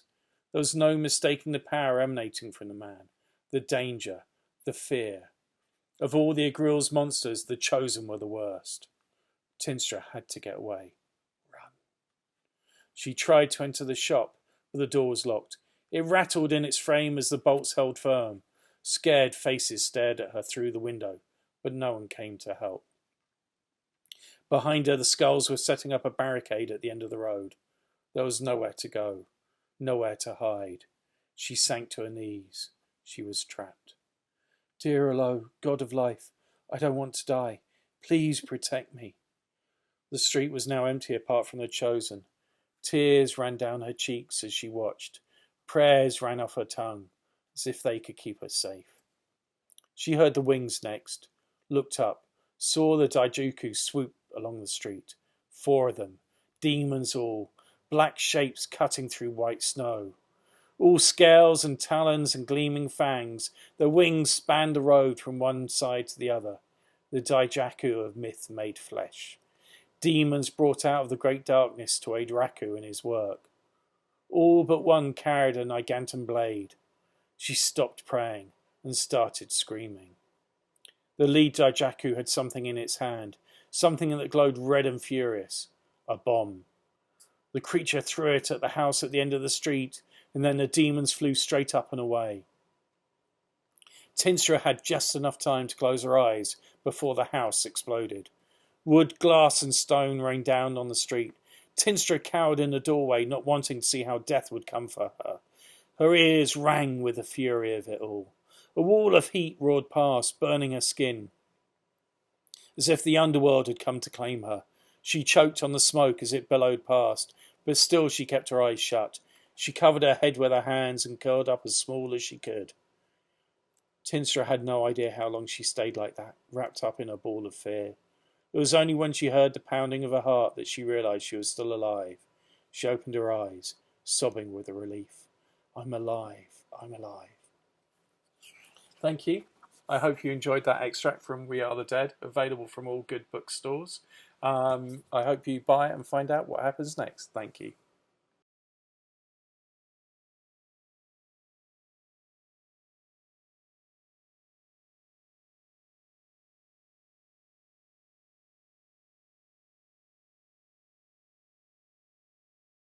Hello, I'm Miles Cameron, and I'm going to read you from Artifact Space. Day 1. Someone's birthright, the pawn shop's owner said. He didn't say it with any particular tone of judgment or moral responsibility. He just said it and rubbed the top of his head. It's real. Marka and Barrow tried to force herself not to snarl. Yes. Like I can trust a junkie, the man said, but with no more tone than before. He had terrible psoriasis, and what little hair he had was lank, a failed rejuve. And Barrow hadn't realized that her stolen social assistance clothing was so bad. The man pressed a tab in the little statuette. It was of a winged lion in golden enamel. A holographic coat of arms sprang into existence. Well, well, he said. I guess I could loan you 2,000. Or I'd buy it for 3 right now, in cash. He nodded coolly, but a faint note of emotion had crept into his tone for the first time, and the emotion was greed. Someone would kill for this. No shit, Barrow thought. Pawn only, she said. I'll be back. He shrugged. Suit yourself. Not a lot of junkies with patrician patents, eh? She held out her tab, a cheap thing, but the best she could afford that wasn't controlled. Pawn, she said firmly. He shrugged. Retinal scan, or only half the amount in cash. Retinal scan would leave a real trace. On the other hand, if she'd been tracked as far as the pawn shop, Barrow was fucked anyway. Retinal scan, she said. The hacker was next. A former classmate, Sarah, flashed to mind, and Barrow swallowed hard. A former classmate had found her the hacker. A former classmate who'd been sold to a brothel and wasn't broken yet. And Barrow walked briskly among the Gothic pillars of the restored palazzo under the xenoglass dome. It was the most beautiful place in the world, or at least in her world, which was City, the greatest orbital in human space. She was terribly out of place there in her trashy recycled clothes, the kind of clothes that were given away at the care centers by social care and assistance to non-citizens and mendicant citizens who everyone called scams. She walked quickly and with purpose, because that was her only defense. If I'm a mendicant, I'll look like one. And Barrow passed under a light with its embedded PTZ cameras and an audio link. She put the hood of her recycle jacket up and wondered if every mendicant she'd ever seen was on the run from someone. If the Dominus is already looking for me, I'm going to show up on every camera in the city, she thought. She might as well have worn her uniform. It was in the disposable Spacer's helmet bag she carried, her orphanage uniform. It was really the Academy of the Hospital for Wards of the State, but everyone called it the orphanage. It was supposed to be a finishing school for children orphaned by their parents' dedicated service to the DHC. In fact, it was hell. Maybe I'm a fool, Barrow thought. But if she was in orphanage whites, she'd stand out even more. A security officer glanced at her and then turned for a better look. He wore dark blue, a flight suit not unlike those worn by the service, and he had a winged lion badge. He waved a hand casually and stepped towards her, and she stopped. He smiled. No begging here, okay? His voice was pleasant and low, and Barrow nodded. Need me to walk you somewhere? He asked. She wasn't taken in by his appearance of friendliness, and she ducked her head, shook it, and walked quickly away. She didn't look back, and he didn't follow her. And there, at the end of the piazza, was her man. He was short and somehow looked too old and too dumb to be a famous criminal hacker. But he was at the right table, and he had the old Catholic Bible next to his coffee. He looked up as Navarro sat down. Hells, kid, you stick out like a fucking starliner in a Navy dock. He looked around. I should just leave. I have the money. He held up his tab. Navarro thumbed hers and the money was transferred. Just like that, 2,000 ducats. Her tab beeped and he was up. He glanced at her. I did it inside the shore establishment, he said. That ship has a fucking AI. A little advice? Don't fuck with AIs, sister. A ship AI will protect its own like a mother with a missing child. If that thing gets on you, you're fucking dead. So I didn't touch the ship. Got a leveno? He asked in Greek. Got me? I understand. Something else to fear. Good. This is a favor for your friend. The favor is done. Ciao. Favor my ass. I paid you for this. And what's the shore establishment? That worried her. The service had a gigantic headquarters, a small orbital of its own near the New London shipyards. How? He turned and walked away into the crowd. In happier times, Navarro and Sarah had sat there in their uniforms and watched the crowds. Patricians, spacers, service, all kinds of people shopping and chatting, flirting, before the Dominus sold Sarah to a brothel. Before... Fuck. Navarro saw the two men emerge from the web of lifts and alleys behind the facade of ancient Venice across the square. She knew them both. They were part of the orphanage security, the thugs who roamed the corridors and did as they pleased. Was it bad luck, or had they followed her from the pawn shop? Navarro dropped her tab on the ground and then got down to retrieve it, but instead of standing, she started crawling between the tables towards the arcade of pillars. A tourist noticed her and grabbed her fashionable little backpack away, afraid the scammer would take it. Another, a Jean from the orbital stations, put their hand on their tab. Navarro kept crawling. I'm so fucking close. If the hacker had done his job, it was all insane. The risks were insane. But no one is taking this away from me. I will die fighting for it. So those are the first pages of Artifact Space. And you get to meet Marka Navarro, who's an orphan trying to make it in the space service. I hope you read it and enjoy it. Thanks, and enjoy GollanczFest.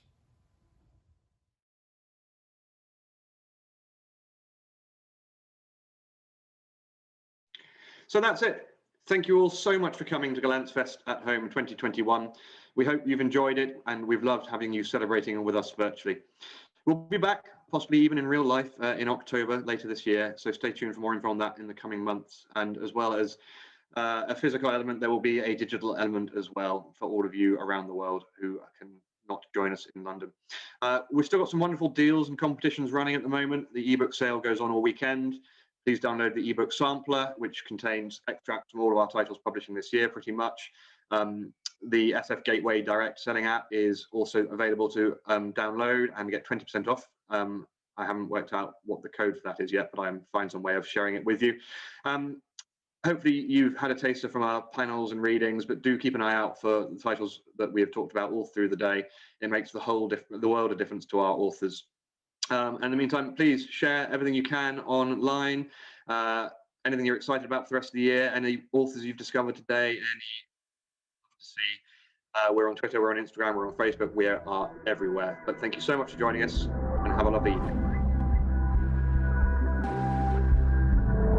Jamendo.com.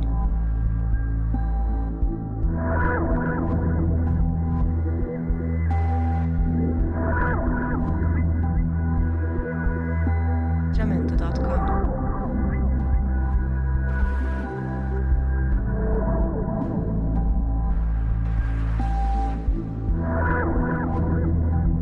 Jamendo.com.